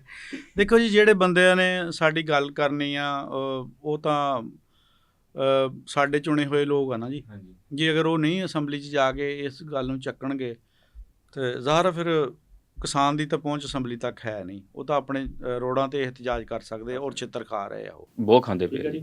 ਇਹ ਤਾਂ ਜਿਹੜੇ ਅਵਾਨਾਂ 'ਚ ਬੰਦੇ ਬੈਠੇ ਆ ਉਹ ਇਸ ਚੀਜ਼ ਨੂੰ ਚੱਕਣ, ਉਹ ਰਿਲੀਫ ਦੇਣ। ਦੂਸਰਾ, ਸਾਡੀ ਜਿਹੜੀ ਟੈਕਨੋਲੋਜੀ ਹੈ ਨਾ, ਉਹ ਬਾਕੀ ਮੁਲਕਾਂ ਨਾਲੋਂ ਬਹੁਤ ਪਿੱਛੇ ਆ। ਅਸੀਂ ਉਹੀ ਰਵਾਇਤੀ ਅੰਦਾਜ਼ ਦੇ ਨਾਲ ਆਪਣੀ ਜ਼ਿੰਮੇਵਾਰੀ ਨੂੰ ਲੈ ਕੇ ਤੁਰੇ ਹੋਏ ਆ, ਠੀਕ ਆ। ਲੇਕਿਨ ਦੁਨੀਆ 'ਤੇ ਬਹੁਤ ਜ਼ਿਆਦਾ ਤਰੱਕੀ ਹੋ ਗਈ। ਉਹ ਇੱਕ ਮਤਲਬ ਉਹਨਾਂ ਨੇ ਸਿਸਟਮ, ਜ਼ਰਾਈ ਹਾਲਾਤ ਦੀ ਗੱਲ ਕਰੀਏ ਤਾਂ ਉਹ ਫਾਲੇ ਪਿੱਛੇ ਤਵੇ ਤੇ ਪਿੱਛੇ ਉਹਦੇ ਨਾਲ ਹੀ ਵੱਟਾਂ ਪਾਉਣ ਵਾਲਾ ਸਿਸਟਮ, ਉਹ ਇੱਕੋ ਹੀ ਰੈਲ ਦੇ ਵਿੱਚ ਹੀ ਸਾਰਾ ਕੁਝ ਕਰੀ ਜਾਂਦੇ ਆ। ਬਾਹਰ ਇੱਦਾਂ ਹੁੰਦਾ, ਠੀਕ ਹੈ ਜੀ। ਪਰ ਸਾਡੇ ਇਹ ਟੈਕਨੋਲੋਜੀ ਦੀ ਬਹੁਤ ਘਾਟ ਆ। ਅਸੀਂ ਉਹੀ 9 ਫਾਲੇ ਤੇ 11 ਫਾਲੇ ਲੈ ਕੇ ਤੁਰੇ ਫਿਰਦੇ ਆ। ਤੇ ਉਹ ਜ਼ਾਹਰਾ ਫਿਰ ਉਹ ਜਦੋਂ ਬੰਦਾ ਟੈਕਨੋਲੋਜੀ 'ਚ ਪਿੱਛੇ ਆ ਤੇ ਬਾਕੀ ਚੀਜ਼ਾਂ ਵਿੱਚ ਵੀ ਉਹ ਪ੍ਰੋਡਕਸ਼ਨ ਵੀ ਉਹ ਹਿਸਾਬ ਦੀ ਨਹੀਂ ਲੈ ਸਕਦੇ। ਠੀਕ ਹੈ ਜੀ। ਤੇ ਭਾਅ ਜੀ ਆਪਣਾ ਜਿਹੜੇ ਅੱਜ ਤੋਂ ਤਕਰੀਬਨ ਕੋਈ 60-70 ਸਾਲ ਪਹਿਲੇ ਜਿਹੜਾ ਮਾਹੌਲ ਸੀ ਪਿੰਡਾਂ ਦਾ, ਕਿਉਂਕਿ ਤੁਸੀਂ ਖੁਦ ਪਿੰਡ 'ਚ ਰਹਿ ਰਹੇ ਹੋ, ਤੁਸੀਂ ਉਹ ਦੌਰ ਦੇਖਿਆ ਹੋਇਆ, ਠੀਕ ਹੈ। ਨਹੀਂ ਇੰਨੇ ਤਾਂ ਅਸੀਂ ਪੁਰਾਣੇ ਨਹੀਂ ਹੈਗੇ ਯਾਰ, 60-70 ਸਾਲ ਵਾਲੇ ਨਹੀਂ ਹੈਗੇ। ਚਲੋ 60-70 ਨਹੀਂ, ਚਲੋ 30-35 ਸਾਲ ਲਾ ਲਓ। ਰਾਣਾ ਸਾਹਿਬ ਨੂੰ ਪੱਕੀ ਸ਼ੱਕ ਪੈ ਗਈ ਵੀ ਇਹ ਮੁਗਲਾਂ ਤੋਂ ਪਈ ਜਾਂਦੀ। ਠੀਕ ਹੈ ਜੀ। ਆਪਣਾ ਜਿਹੜਾ ਉਹ ਪਿੰਡਾਂ ਦਾ ਮਾਹੌਲ ਸੀਗਾ, ਅੱਜ ਵੀ ਹੈ ਉਹ ਮਾਹੌਲ? ਦੇਖੋ ਜੀ, ਬਹੁਤ ਸਾਰਾ ਫਰਕ ਪੈ ਗਿਆ। ਲੇਕਿਨ ਅਸੀਂ ਜਿਹੜੀ ਚੀਜ਼ਾਂ ਦੇਖੀਆਂ ਨਾ, ਮਤਲਬ ਅਸੀਂ ਉਹ ਸਮਝ ਲਓ ਵੀ ਜਨਰੇਸ਼ਨ ਆ ਜਿਨ੍ਹਾਂ ਨੇ ਸਾਂਝ ਵੀ ਅਖੀਰ ਦੀ ਦੇਖ ਲਈ ਤੇ ਤੇਜ਼ੀ ਵੀ ਅਖੀਰ ਦੀ ਦੇਖ ਲਈ ਆ। ਅਸੀਂ ਉਹ ਦੌਰ ਵੀ ਦੇਖਿਆ ਕਿ ਜਦੋਂ ਬੰਦੇ ਉਤਰ ਕੇ ਨਾਨਕਿਆਂ ਦੇ ਜਾਣਾ ਤੇ 2-2 ਮੀਲ ਤੁਰ ਕੇ ਜਾਂਦੇ ਹੁੰਦੇ ਸੀ, ਸਵਾਰੀ ਕੋਈ ਨਹੀਂ ਸੀ ਹੁੰਦੀ, ਠੀਕ ਆ। ਤੇ ਅਸੀਂ ਦੌਰ ਉਹ ਵੀ ਦੇਖ ਲਿਆ ਵੀ ਘਰੋਂ ਕਿੱਕ ਮਾਰ ਕੇ ਜਾਂ ਘਰੋਂ ਸਲਮ ਮਾਰ ਕੇ ਤੁਸੀਂ ਅਗਲੇ ਦੇ ਮੁਕਾਮ ਤੇ ਪਹੁੰਚ ਜਾਣਾ। ਅੱਛਾ, ਉਦੋਂ ਜਿਹੜਾ ਟਾਈਮ ਉਹ ਸੀ ਨਾ, ਬੜਾ ਇੱਕ ਸਾਂਝ ਦਾ ਟਾਈਮ ਸੀ। ਲੋਕ ਉਸ ਵੇਲੇ ਇੱਕ ਦੂਜੇ ਕੋਲੋਂ ਜੁੱਤੀ, ਸਾਫਾ, ਧੋਤੀ, ਕੁੜਤਾ ਤੇ ਲੋਈ ਇਹ ਮੰਗ ਕੇ ਲੈ ਜਾਂਦੇ ਹੁੰਦੇ ਸੀਗੇ, ਠੀਕ ਆ। ਦੇਖੋ, ਮਹਿੰਗਾਈ ਦੇ ਵਿੱਚ ਕਿਸੇ ਨਾ ਕਿਸੇ ਤਰ੍ਹਾਂ ਅਸੀਂ ਵੀ ਮੁਲੱਵਸ ਹਾਂ। ਅਸੀਂ ਖੁਦ ਸਾਖਤਾ ਵੀ ਇਹ ਮਹਿੰਗਾਈ ਜਿਹੜੀ ਕੀਤੀ ਆ, ਉਹਦੇ 'ਚ ਕੀ ਆ ਕਿ ਭਰਾ ਦਾ ਸੂਟ ਪਾ ਕੇ ਰਾਜੀ ਨਹੀਂ, ਕੋਈ ਕਿਸੇ ਦੀ ਜੁੱਤੀ ਪਾ ਕੇ ਰਾਜੀ ਨਹੀਂ। ਮੈਂ ਆ ਸੂਟ ਇੱਥੇ ਅੱਜ ਪਾ ਕੇ ਆ ਗਿਆ, ਮੈਂ ਅਗਲੀ ਵਾਰ ਨੂੰ ਭਾਈ ਨਦੀਮ ਹੋਣਾ ਦੇ ਕੋਲ ਇਹ ਪਾ ਕੇ ਨਹੀਂ ਆਉਣਾ, ਕਹਿਣਾ ਯਾਰ ਪਿਛਲੀ ਵਾਰੀ ਵੀ ਇਹ ਪਾ ਕੇ ਆਇਆ ਸੀ, ਠੀਕ ਆ। ਇਹ ਫਿਰ ਧੋਬੀਆਂ ਕੋਲ ਧੁਆਉਣ ਵਾਲੇ ਸੂਟ ਅੱਗੇ ਘਰਾਂ 'ਚ ਧੋ ਲੈਂਦੇ ਸੀ, ਠੀਕ। ਇਹ ਚੀਜ਼ਾਂ ਵਧਾਈਆਂ ਅਸੀਂ। ਅਤੇ ਉਸ ਵਕਤ ਫਰਜ਼ ਕਰ ਲਓ ਵਿਆਹ ਕਿਸ ਘਰ ਹੁੰਦਾ ਸੀ ਜੀ, ਅਤੇ ਪੂਰੇ ਮਹੱਲੇ ਦੇ ਆਪਣਾ ਬਾਲਟੀਆਂ ਦੁੱਧ ਦੀਆਂ ਆਪਣੀਆਂ ਧਾਰਾਂ ਚੋਣੀਆਂ, ਉਹਨਾਂ ਦੇ ਘਰ ਪਹੁੰਚਾ ਦੇਣੀਆਂ ਵੀ ਇਹਨਾਂ ਦੇ ਯਾਰ ਪ੍ਰਾਹੁਣੇ ਆਣੇ ਜਾਂ ਮਰਗ ਹੋਣੀ ਜਾਂ ਵਿਆਹ ਹੋਣਾ, ਉਹ ਇਹ ਸੂਰਤ ਦੋਨਾਂ ਵਿੱਚ ਹੀ ਨਾ ਇਹ ਚੀਜ਼ਾਂ ਭੇਜਦੇ ਹੁੰਦੇ ਸੀ। ਮੇਰੇ ਵਿਆਹ ਨਾ ਤੇ ਨਦੀਮ ਬਾਈ ਆਏ, ਉਹਨਾਂ ਨੇ ਕਹਿਣਾ ਯਾਰ 4-5 ਪ੍ਰਾਹੁਣਿਆਂ ਦਾ ਨਾ ਤੂੰ ਫਿਕਰ ਨਾ ਕਰੀ, ਮੇਰੇ ਵੱਲ ਭੇਜ ਦੀ। ਇਹਨਾਂ ਨੇ ਰਾਤ ਨੂੰ ਵੀ ਚਾਹ ਦਾ ਇੰਤਜ਼ਾਮ ਕਰਨਾ, ਸਵੇਰ ਨੂੰ ਉਹਨਾਂ ਦੇ ਨਾਸ਼ਤੇ ਦਾ ਵੀ ਕਰ ਦੇਣਾ। ਠੀਕ ਆ, ਇਹ ਸਾਂਝਾਂ ਹੁਣ ਮੁੱਕ ਗਈਆਂ, ਬਹੁਤ ਘੱਟ ਹੋ ਗਈਆਂ। ਫਿਰ ਵਿਆਹਾਂ ਦੇ ਵਿੱਚ ਬੰਦੇ ਤਾਂ ਉਦੋਂ ਤਾਂ ਬਹੁਤ ਦਿਨ ਪਹਿਲੇ ਆ ਜਾਂਦੇ ਹੁੰਦੇ ਸੀਗੇ, ਪੂਰਾ ਮਹੀਨਾ ਠੀਕ ਆ, ਉਹ ਕੰਮ ਹੀ ਨਾਲ ਕਰਾਉਂਦੇ ਹੁੰਦੇ ਸੀਗੇ। ਬਲਕਿ ਰਿਸ਼ਤੇਦਾਰਾਂ ਨੇ ਇੱਕ ਦੂਜੇ ਨਾਲ ਜਾ ਕੇ ਕਮਾਦ ਪੜਾਉਣਾ, ਸਾਂਝ ਅਗਰ ਦੂਏ ਦੀ ਗੱਲ ਕਰੀਏ ਜ਼ਿਮੀਂਦਾਰ ਇਹਦੀ, ਤਾਂ ਉਹ ਇੱਕ ਦੂਜੇ ਨੂੰ ਸੱਦ ਲੈਂਦੇ ਸੀ। ਫਿਰ ਅਸੀਂ ਰਲ ਕੇ ਵਾਢੀਆਂ ਵੀ ਕੀਤੀਆਂ ਪੂਰੇ ਮਹੱਲੇ ਦੀਆਂ। ਅੱਜ ਮੇਰੀ ਵਾਰੀ ਤੇ ਸਾਰੇ ਇਕੱਠੇ ਹੋ ਕੇ ਮੇਰੇ ਆ ਗਏ, ਅੱਜ ਅਗਲੇ ਦਿਨ ਪਾਸ਼ੇ ਦੀ ਵਾਰੀ ਤੇ ਪਾਸ਼ੇ ਵਾਲ, ਉਸ ਤੋਂ ਅਗਲੇ ਦਿਨ ਤੁਹਾਡੀ ਵੱਢ ਲਈ, ਗੋਡੀਆਂ ਰਲ ਕੀਤੀਆਂ। ਠੀਕ ਹੈ, ਇਹ ਸਾਂਝਾਂ ਮੁੱਕ ਗਈਆਂ, ਉਹਦੀ ਜਗ੍ਹਾ ਲੇਬਰ ਨੇ ਲੈ ਲਈ ਆ। ਹੁਣ ਕਿਸੇ ਦੇ ਥ੍ਰੈਸ਼ਰ ਲੱਗੀ ਹੋਵੇ ਤਾਂ ਉਹਦੀ ਬਣੀ ਬਣਾਈ ਲੇਬਰ ਅੱਗੇ ਚੱਲ ਜਾਂਦੀ ਆ। ਵੰਗਾਰਾਂ ਪਾਣੀਆਂ ਢੇਰ ਦੀ, ਮਤਲਬ ਜੇ ਰੂੜੀ ਪਾਣੀ ਤਾਂ ਢੇਰ ਦੀ ਟਰਾਲੀ ਭਰ ਕੇ, ਜਾਂ ਕਿਸੇ ਨੇ ਈਵਨ ਕਿ ਆਪਣੇ ਘਰ ਦੇ ਵਿੱਚ ਮਿੱਟੀ ਵੀ ਭਰਤੀ ਪਾਣੀ, ਉਹ ਵੀ ਟਰਾਲੀ ਵਾਲੇ ਨੂੰ ਕਹਿ ਦੇਣਾ, ਤੇ ਬਾਕੀ ਭਰਨ ਵਾਲੇ ਬੰਦੇ ਜਿਹੜੇ ਆਪਣੇ ਹੁੰਦੇ ਸੀਗੇ, ਤੈਨੂੰ ਮੈਨੂੰ ਕਹਿ ਕੇ ਉਹ ਕਰ ਲੈਣਾ। ਅਖਰਾਜਾਤ ਤਾਂ ਅਸੀਂ ਹੁਣ ਆਪ ਆਪਣੇ ਵਧਾ ਲਏ ਬਹੁਤ ਜ਼ਿਆਦਾ। ਭਾਜੀ ਆ ਜਿਹੜੇ ਮੈਂ ਪ੍ਰਾਹੁਣਾ ਘਰ ਆ ਜਾਂਦਾ ਜੀ, ਉਹਦੀ ਸੁਬਾਹ ਦੀ ਜਿਹੜੀ ਉਹਨੂੰ ਨਾਸ਼ਤਾ ਦਿੱਤਾ, ਉਹ ਦੁਪਹਿਰ ਨੂੰ ਉਹਦੇ ਮੂਹਰੇ ਨਹੀਂ ਰੱਖਣਾ। ਦੁਪਹਿਰ ਵਾਲੀ ਰੋਟੀ ਹੋਰ ਤੇ ਰਾਤ ਵਾਲੀ ਹੋਰ। ਠੀਕ ਆ, ਤੇ ਪਹਿਲੇ ਟਾਈਮਾਂ ਜਿਹੜੇ ਪ੍ਰਾਹੁਣੇ ਆਉਂਦੇ ਸੀ, ਸਾਡੀ ਹੋਸ਼ ਦੀ ਗੱਲ ਹੈ ਕਿ ਬਹੁਤ ਪੁਰਾਣੀ ਗੱਲ ਨਹੀਂ ਕਰਦੇ, ਉਹ 3-4 ਦਿਨ ਤੋਂ ਬਾਅਦ ਕਿਤੇ ਦਿਲ ਕਰਦਾ ਸੀ ਵੀ ਇਹਨੂੰ ਕੁੱਕੜ ਹੁਣ ਖਿਲਾ ਦਈਏ, ਨਹੀਂ ਤਾਂ ਦਾਲ ਸਬਜ਼ੀ ਚੱਲਦੀ ਹੁੰਦੀ ਸੀ। ਠੀਕ ਆ, ਉਹ ਵੀ ਕਰੀ ਜਾਂਦਾ ਸੀ। ਅਗਲੇ ਨੇ ਆਉਂਦੇ ਕੱਪੜੇ ਬਦਲ ਲੈਣੇ, ਨਾਲ ਹੀ ਖੇਤਾਂ 'ਚ ਜਾ ਕੇ ਕੰਮ ਕਰਾਉਣਾ ਸ਼ੁਰੂ ਕਰ ਦੇਣਾ। ਦੇਸੀ ਤੇ ਕੁੱਕੜ ਹੁੰਦੇ ਸੀ, 2-2 ਦਿਨ ਫੜਨੇ ਦੀ ਹੁੰਦੇ ਉਹ। ਇਹ ਤਾਂ ਹੈ ਜੀ। ਭਾਜੀ ਜਿਹੜੇ ਅੱਜ ਕੱਲ੍ਹ ਦੇ ਨੌਜਵਾਨ ਆਪਣਾ ਪੰਜਾਬ ਛੱਡ ਕੇ ਬਾਹਰ ਜਾ ਰਹੇ ਆ, ਕਿਉਂਕਿ ਅੱਜ ਕੱਲ੍ਹ ਕੋਈ ਵੀ ਨੌਜਵਾਨ ਖੇਤੀ ਵੱਲ ਕੋਈ ਵੀ ਨਹੀਂ ਆ ਰਿਹਾ। ਠੀਕ ਹੈ, ਤੁਸੀਂ ਉਹਨਾਂ ਨੂੰ ਕੀ ਕਹਿਣਾ ਚਾਹੋਗੇ ਜਿਹੜੇ ਲੋਕ ਛੱਡ ਕੇ ਬਾਹਰ ਜਾ ਰਹੇ, ਬਾਹਰ ਜਾ ਕੇ ਵੀ ਮਿਹਨਤ ਮਜ਼ਦੂਰੀ ਕਰਦੇ ਪਏ, ਦਿਹਾੜੀਆਂ ਕਰਦੇ ਪਏ ਆ, ਤੇ ਉਹ ਇੱਥੇ ਆ ਕੇ ਆਪਣੇ ਪਿੰਡ 'ਚ ਆਪਣੇ ਪੰਜਾਬ 'ਚ ਖੇਤੀ ਕਿਉਂ ਨਹੀਂ ਕਰਦੇ? ਦੇਖੋ ਜੀ, ਮੀਆਂ ਮੁਹੰਮਦ ਬਖਸ਼ ਸਾਹਿਬ ਨੇ ਲਿਖਿਆ ਵੀ ਗੈਰ ਮੁਲਕ ਦੇ ਬਾਗਾਂ ਵਿੱਚੋਂ ਮੇਵੇ ਖਾਣ ਨਾ ਜਾਈਏ, ਆਪਣੇ ਦੇਸ਼ ਦੀਆਂ ਵੱਲਾਂ ਨਾਲੋਂ ਤੁਮੇ ਖੋ ਖਾਈਏ। ਤੇ ਦੇਖੋ ਹੁਣ ਜਦੋਂ ਇੱਥੇ ਰਹਿ ਹੀ ਤੁਮੇ ਗਏ ਤੇ ਨੌਜਵਾਨਾਂ ਨੇ ਬਾਹਰ ਹੀ ਜਾਣਾ। ਸਹੀ ਬਾਤ। ਇੱਥੇ ਹੈ ਕਿ ਨਹੀਂ? ਇੱਥੇ ਬਿਲਕੁਲ ਜੀ ਜੌਬ ਕੋਈ ਨਹੀਂ ਹੈਗੀ। ਫਿਰ ਕੋਈ ਤੁਸੀਂ ਜ਼ਿਮੀਂਦਾਰੇ ਦੀ ਗੱਲ ਕੀਤੀ, ਤਾਂ ਜ਼ਿਮੀਂਦਾਰੇ ਦੇ ਵਿੱਚ ਜਦੋਂ ਹਰ ਵਾਰੀ ਫਸਲ ਬੀਜੀ ਤੇ ਬੰਦੇ ਨੂੰ ਇਹ ਉਮੀਦ ਹੋਣੀ ਕਿ ਹੁਣ ਮੈਨੂੰ ਕੁਛ ਨਾ ਕੁਛ ਆਮਦਨ ਆਉਣੀ ਆ, ਤੇ ਉਹਦੇ ਵਿੱਚ ਤੁਹਾਡਾ ਰੇਟ ਉਹੋ ਜਿਹਾ ਲੱਗ ਜਾਣਾ ਕਿ ਤੁਹਾਡੇ ਖਰਚੇ ਵੀ ਪੂਰੇ ਨਹੀਂ ਹੋਣੇ, ਤੇ ਫਿਰ ਬੰਦਿਆਂ ਨੇ ਕਹਿਣਾ ਹੀ ਆ ਵੀ ਇਹਨੂੰ ਤਾਂ ਬਾਹਰ ਚੰਗੇ ਆ। ਉਹਦੇ ਵਿੱਚ ਵੀ ਬਾਹਰ ਜਾਣ ਦੀਆਂ ਵੀ 2 ਸੂਰਤਾਂ, ਇੱਕ ਤਾਂ ਜਾਂਦੇ ਆ ਖਲੀਜ ਦੇ ਵਿੱਚ, ਉਹ ਤਾਂ ਮਿਹਨਤ ਮਜ਼ਦੂਰੀ ਚਲੋ। ਇੱਕ ਬੰਦਿਆਂ ਨੂੰ ਕਰੇਜ਼ ਆ ਕਿ ਭਾਵੇਂ ਅਸੀਂ ਪਿਓ ਦੀ ਜ਼ਮੀਨ ਵੇਚ ਕੇ ਜਾਈਏ, ਅਸੀਂ ਬਾਹਰ ਜਾਣਾ ਆ, ਅਮਰੀਕਾ ਕੈਨੇਡਾ। ਸ਼ੌਕ ਉਹ ਸ਼ੌਕ ਆ, ਗੋਰਿਆਂ ਨੂੰ ਮਿਲਣ ਦਾ, ਗੋਰੀਆਂ ਦੇਖਣ ਦਾ ਸ਼ੌਕ ਆ। ਉੱਥੇ ਜਾ ਕੇ ਕੀ ਕਰਦੇ ਆ, ਉੱਥੇ ਜਾ ਕੇ ਮੱਝਾਂ ਦਾ ਗੋਹਾ ਚੱਕਦੇ ਆ। ਉਹ ਫਿਰ ਜੇ ਕੰਬਖਤੋ 40-40, 50-50 ਲੱਖ ਰੁਪਈਆ ਲਾ ਕੇ ਉੱਥੇ ਦਾ ਗੋਹਾ ਹੀ ਚੱਕਣਾ ਆ, ਫਿਰ ਉਹੀ ਪੈਸਿਆਂ ਦੇ ਆਪਣੇ ਡੰਗਰ ਪਾ ਕੇ ਆਪਣੇ ਫਾਰਮ ਤੇ ਗੋਹਾ ਚੱਕੀ ਜਾਓ। ਪਰ ਉਹਨਾਂ ਨੇ ਇੱਥੇ ਇਹ ਕੰਮ ਨਹੀਂ ਨਾ ਕਰਨਾ। ਹਾਂ, ਕੰਮ ਨਹੀਂ ਕਰਨਾ ਹੈਗਾ। ਉਹ ਬਾਹਰ ਸਮਝਦੇ ਕਿ ਪਤਾ ਨਹੀਂ ਕਿਹੜੇ ਦਰਖਤਾਂ ਨੂੰ ਉੱਥੇ ਜਾ ਕੇ ਅਸੀਂ ਝਾੜਨੇ ਆ, ਆਇਆ ਮਤਲਬ ਸਾਡਾ ਸਾਰਾ ਸਿਸਟਮ ਚੱਲ ਪੈਣਾ। ਭਾਜੀ ਮੈਨੂੰ ਨਾ ਬੜਾ ਸ਼ੌਕ ਹੁੰਦਾ ਸੀ ਜਾਣਾ, ਮੇਲੇ ਵੇਖਣੇ, ਸਾਰਾ ਠੀਕ ਹੈ, ਪੂਰਾ ਖਲਾਕਾ ਹੁੰਦਾ। ਤੁਸੀਂ ਪੈਸੇ ਲੁੱਟਣ ਜਾਂਦੇ ਹੋਣੇ ਮੇਰਾ ਹਿਸਾਬ। ਨਹੀਂ, ਮੇਲੇ ਤੇ ਜਾਂਦੇ ਸੀ, ਜਾਂਜਣਾ ਨਹੀਂ ਜਾਂਦੇ। ਅੱਛਾ, ਜੇਬਾਂ ਕੱਢਣ ਜਾਂਦੇ ਹੁੰਦੇ ਸੀ ਭਾਜੀ। ਉਹ ਨਾ ਮੇਲੇ ਅੱਜ ਕੱਲ੍ਹ ਖਤਮ ਹੋ ਗਏ ਆ ਤਕਰੀਬਨ। ਮੈਂ ਹੁਣ ਨੂੰ 10 ਸਾਲ ਹੋ ਗਏ ਆ, ਉਹ ਸਾਡੇ ਇਲਾਕਿਆਂ 'ਚ ਉਹ ਨਾ ਮੇਲੇ ਨਹੀਂ ਹੁੰਦੇ। ਠੀਕ ਹੈ, ਉਹ ਮੈਂ ਤੁਹਾਡੇ ਕੋਲੋਂ ਸੁਣਨਾ ਚਾਹ ਰਿਹਾ, ਤੁਹਾਡੇ ਦੌਰ ਦੇ ਜਿਹੜੇ ਮੇਲੇ ਹੁੰਦੇ ਸੀ, ਆਵਾਮ ਇਕੱਠੀ ਹੁੰਦੀ ਸੀ, ਉਹ ਆਵਾਮ ਇੰਜੋਏ ਕਰਦੀ ਸੀ, ਉਹ ਮੈਂ ਤੁਹਾਡੇ ਕੋਲੋਂ ਉਹ ਚੀਜ਼ਾਂ ਸੁਣਨਾ ਚਾਹ ਰਿਹਾ। ਮੇਲੇ ਜਿਹੜੇ ਜੀ ਉਸ ਵਕਤ ਦੇ ਤਾਂ ਹੁਣ ਨਹੀਂ ਲੱਗਦੇ, ਕਿਉਂਕਿ ਲੋਕਾਂ 'ਚ ਸਬਰ ਬਰਦਾਸ਼ਤ ਬਹੁਤ ਘੱਟ ਗਈ ਆ। ਉੱਥੇ ਅੱਗੇ ਖਾੜੇ ਲੱਗਦੇ ਹੁੰਦੇ ਸੀ, ਕਿਤੇ ਘੋਲ ਹੋਣੀ, ਕਿਤੇ ਕੁਸ਼ਤੀ ਹੋਣੀ, ਕਿਤੇ ਮਤਲਬ ਕਬੱਡੀ ਦਾ ਮੈਚ ਹੋਣਾ, ਹੋਰ ਬਹੁਤ ਸਾਰੇ ਸਰਕਸ ਆਉਂਦੀ ਹੁੰਦੀ ਸੀ। ਸਾਡੇ ਲਾਗੇ ਮੇਲਾ ਲੱਗਦਾ ਹੁੰਦਾ ਸੀ, ਆਲਮ ਲੋਹਾਰ ਤੋਂ ਲੈ ਕੇ ਉਹਦਾ ਆਰਫ ਲੋਹਾਰ ਤੱਕ ਵੀ ਜਾਂਦਾ ਰਿਹਾ। ਲੇਕਿਨ ਹੁਣ ਉਹ ਕਿਉਂਕਿ ਉੱਥੇ ਲੜਾਈਆਂ ਬਹੁਤ ਹੋਣ ਲੱਗ ਪਈਆਂ। ਇਹ ਇੱਕ ਐਂਟਰਟੇਨਮੈਂਟ ਦਾ ਜ਼ਰੀਆ ਹੁੰਦਾ ਸੀਗਾ, ਲੋਕਾਂ ਨੇ ਕੰਮਾਂ ਕਾਰਾਂ ਤੋਂ ਵਿਹਲੇ ਹੋਣੇ ਅਤੇ ਫਿਰ ਇਹ ਮੇਲਿਆਂ ਨੂੰ ਇੰਜੋਏ ਕਰਨਾ। ਪਰ ਹੁਣ ਦੂਸਰੀ ਬਾਤ, ਮੋਬਾਈਲ ਨੇ ਉਹ ਖ਼ਤਮ ਕਰਤੀ ਹਰ ਸ਼ੈ। ਜਿਹੜੀ ਚੀਜ਼ ਤੁਸੀਂ ਜਾ ਕੇ ਉੱਥੇ ਦੇਖਣੀ, ਉਹ ਤੁਸੀਂ ਘਰ ਬਹਿ ਕੇ ਇੱਕ ਸਿੰਗਲ ਕਲਿੱਕ 'ਤੇ ਦੇਖ ਸਕਦੇ ਆ। ਠੀਕ ਆ, ਉਹ ਗੱਲਾਂ ਬਾਤਾਂ ਜਿਹੜੀਆਂ ਕਿ ਵਿਆਹਾਂ 'ਤੇ ਨਕਲੀਏ ਆਉਂਦੇ ਹੁੰਦੇ ਸੀ, ਲੋਕ ਉਹਨਾਂ ਨੂੰ ਸੁਣਨ ਜਾਂਦੇ, ਖੜ੍ਹ ਜਾਣਾ, ਮਤਲਬ ਅੱਧੇ ਦੀ ਰਾਤ ਤੱਕ ਖੜ੍ਹੇ ਦੇਖਦੇ ਰਹਿਣਾ। ਲੇਕਿਨ ਹੁਣ ਉਹਨਾਂ ਨਾਲੋਂ ਬਿਹਤਰ ਚੀਜ਼ਾਂ ਤੁਹਾਨੂੰ ਮੋਬਾਈਲ 'ਤੇ ਮਿਲ ਜਾਂਦੀਆਂ, ਬਿਹਤਰ ਰਿਜ਼ਲਟ ਦੇ ਨਾਲ। ਇਸ ਕਰਕੇ ਮੇਲੇ ਜਿਹੜੇ ਨਾ, ਮੈਂ ਸਮਝਦਾ ਕਿ ਆਪਣਾ ਘਟ ਗਏ ਆ। ਇੱਕ ਇਹਦੀ ਮੇਨ ਰੀਜ਼ਨ ਇਹ ਵੀ ਆ ਕਿ ਉੱਥੇ ਲੜਾਈਆਂ ਬਹੁਤ ਹੁੰਦੀਆਂ। ਅਗਲਾ ਬੰਦਾ ਕਹਿੰਦਾ ਵੀ ਮੇਰੇ ਮੇਲੇ 'ਤੇ ਕੋਈ ਬੰਦਾ ਮਰ ਗਿਆ, ਲੜਾਈਆਂ ਮੌਤ ਦੇ ਖੂਹ 'ਤੇ ਹੁੰਦੀਆਂ ਸੀ, ਉਹ ਖੁਸਰਿਆਂ ਤੋਂ ਪੈਸੇ ਸੁੱਟਣ ਤੋਂ। ਠੀਕ ਆ ਜੀ, ਕਿਉਂਕਿ ਸਬਰ ਹੈ ਨਹੀਂ ਲੋਕਾਂ 'ਚ, ਬਰਦਾਸ਼ਤ ਨਹੀਂ ਗਈ, ਖਤਮ ਹੋ ਗਈ ਆ। ਤੇ ਇਹ ਤੁਸੀਂ ਚਾਹੁੰਦੇ ਹੋ ਕਿ ਉਹ ਇਹ ਲੜਾਈਆਂ ਤੋਂ ਹਟ ਕੇ ਮੇਲੇ ਫਿਰ ਮੇਲੇ ਫਿਰ ਹੋਇਆ ਕਰਨ। ਵਿਸਾਖੀ ਤੇ ਹੋ ਗਿਆ, ਉੱਦਾਂ ਹੋਰ ਕੋਈ ਖੁਸ਼ੀ ਕਮੀ ਹੋਈ? ਖੁਸ਼ੀ ਤੇ ਬੰਦਾ ਜਿਹੜੇ ਪਹਿਲੇ ਮੇਲੇ ਹੁੰਦੇ ਸੀਗੇ ਹੋਣੇ ਚਾਹੀਦੇ ਫਿਰ। ਅੱਛਾ, ਉਹ ਤੁਹਾਡੇ ਵਰਗਾ ਇੱਕ ਬੰਦਾ ਇੱਕ ਦਿਨ ਮੇਰੇ ਨਾਲ ਬਹਿ ਗਿਆ ਮੋਟਰਸਾਈਕਲ ਤੇ ਉਹ ਤੁਹਾਡੇ ਨਾਲੋਂ ਵੀ ਜ਼ਿਆਦਾ ਅੜਦਾ ਸੀ। ਅੱਛਾ। ਤੇ ਉਹ ਮੋਟਰਸਾਈਕਲ ਤੇ ਬਹਿ ਗਿਆ ਨਾਲ ਦੇ ਪਿੰਡੋਂ ਪੈੜੇ ਵਾਲੋਂ। ਉਹਨੇ ਜਾ ਕੇ ਸਟਾਪ ਤੇ ਉਤਰਨਾ ਸੀ 301 ਤੇ ਉਹ ਕਿੱਲਾ ਕੁ ਪਹਿਲਾਂ ਹੀ ਕਰਨ ਲੱਗ ਪਿਆ, ਲਾ ਲਾ ਲਾ ਲਾ ਲਾ ਲਾ। ਮੈਂ ਉਹਨੂੰ ਉਹ ਅਗਲੇ ਗੋਜਰੇ ਵਾਲੇ ਬਾਈਪਾਸ ਤੇ ਲੈ ਕੇ ਕਹਿੰਦਾ ਲਾ ਦੇ।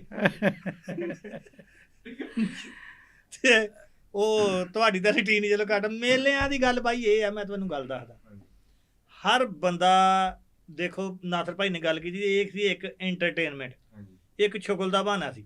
ਉਹ ਕਹਿੰਦਾ ਨਹੀਂ ਵੀ ਰੌਣਕ ਜਾਣੀ ਘਾਟਿਓ ਚੱਲ ਮੇਲੇ ਨੂੰ ਚਲੀਏ। ਫਿਰ ਉਹ ਆਲਮ ਲੁਹਾਣੇ ਗਾਏ ਮੇਲਾ ਮੇਲੀਆਂ ਦਾ, ਯਾਰਾਂ ਵੇਲੀਆਂ ਦਾ।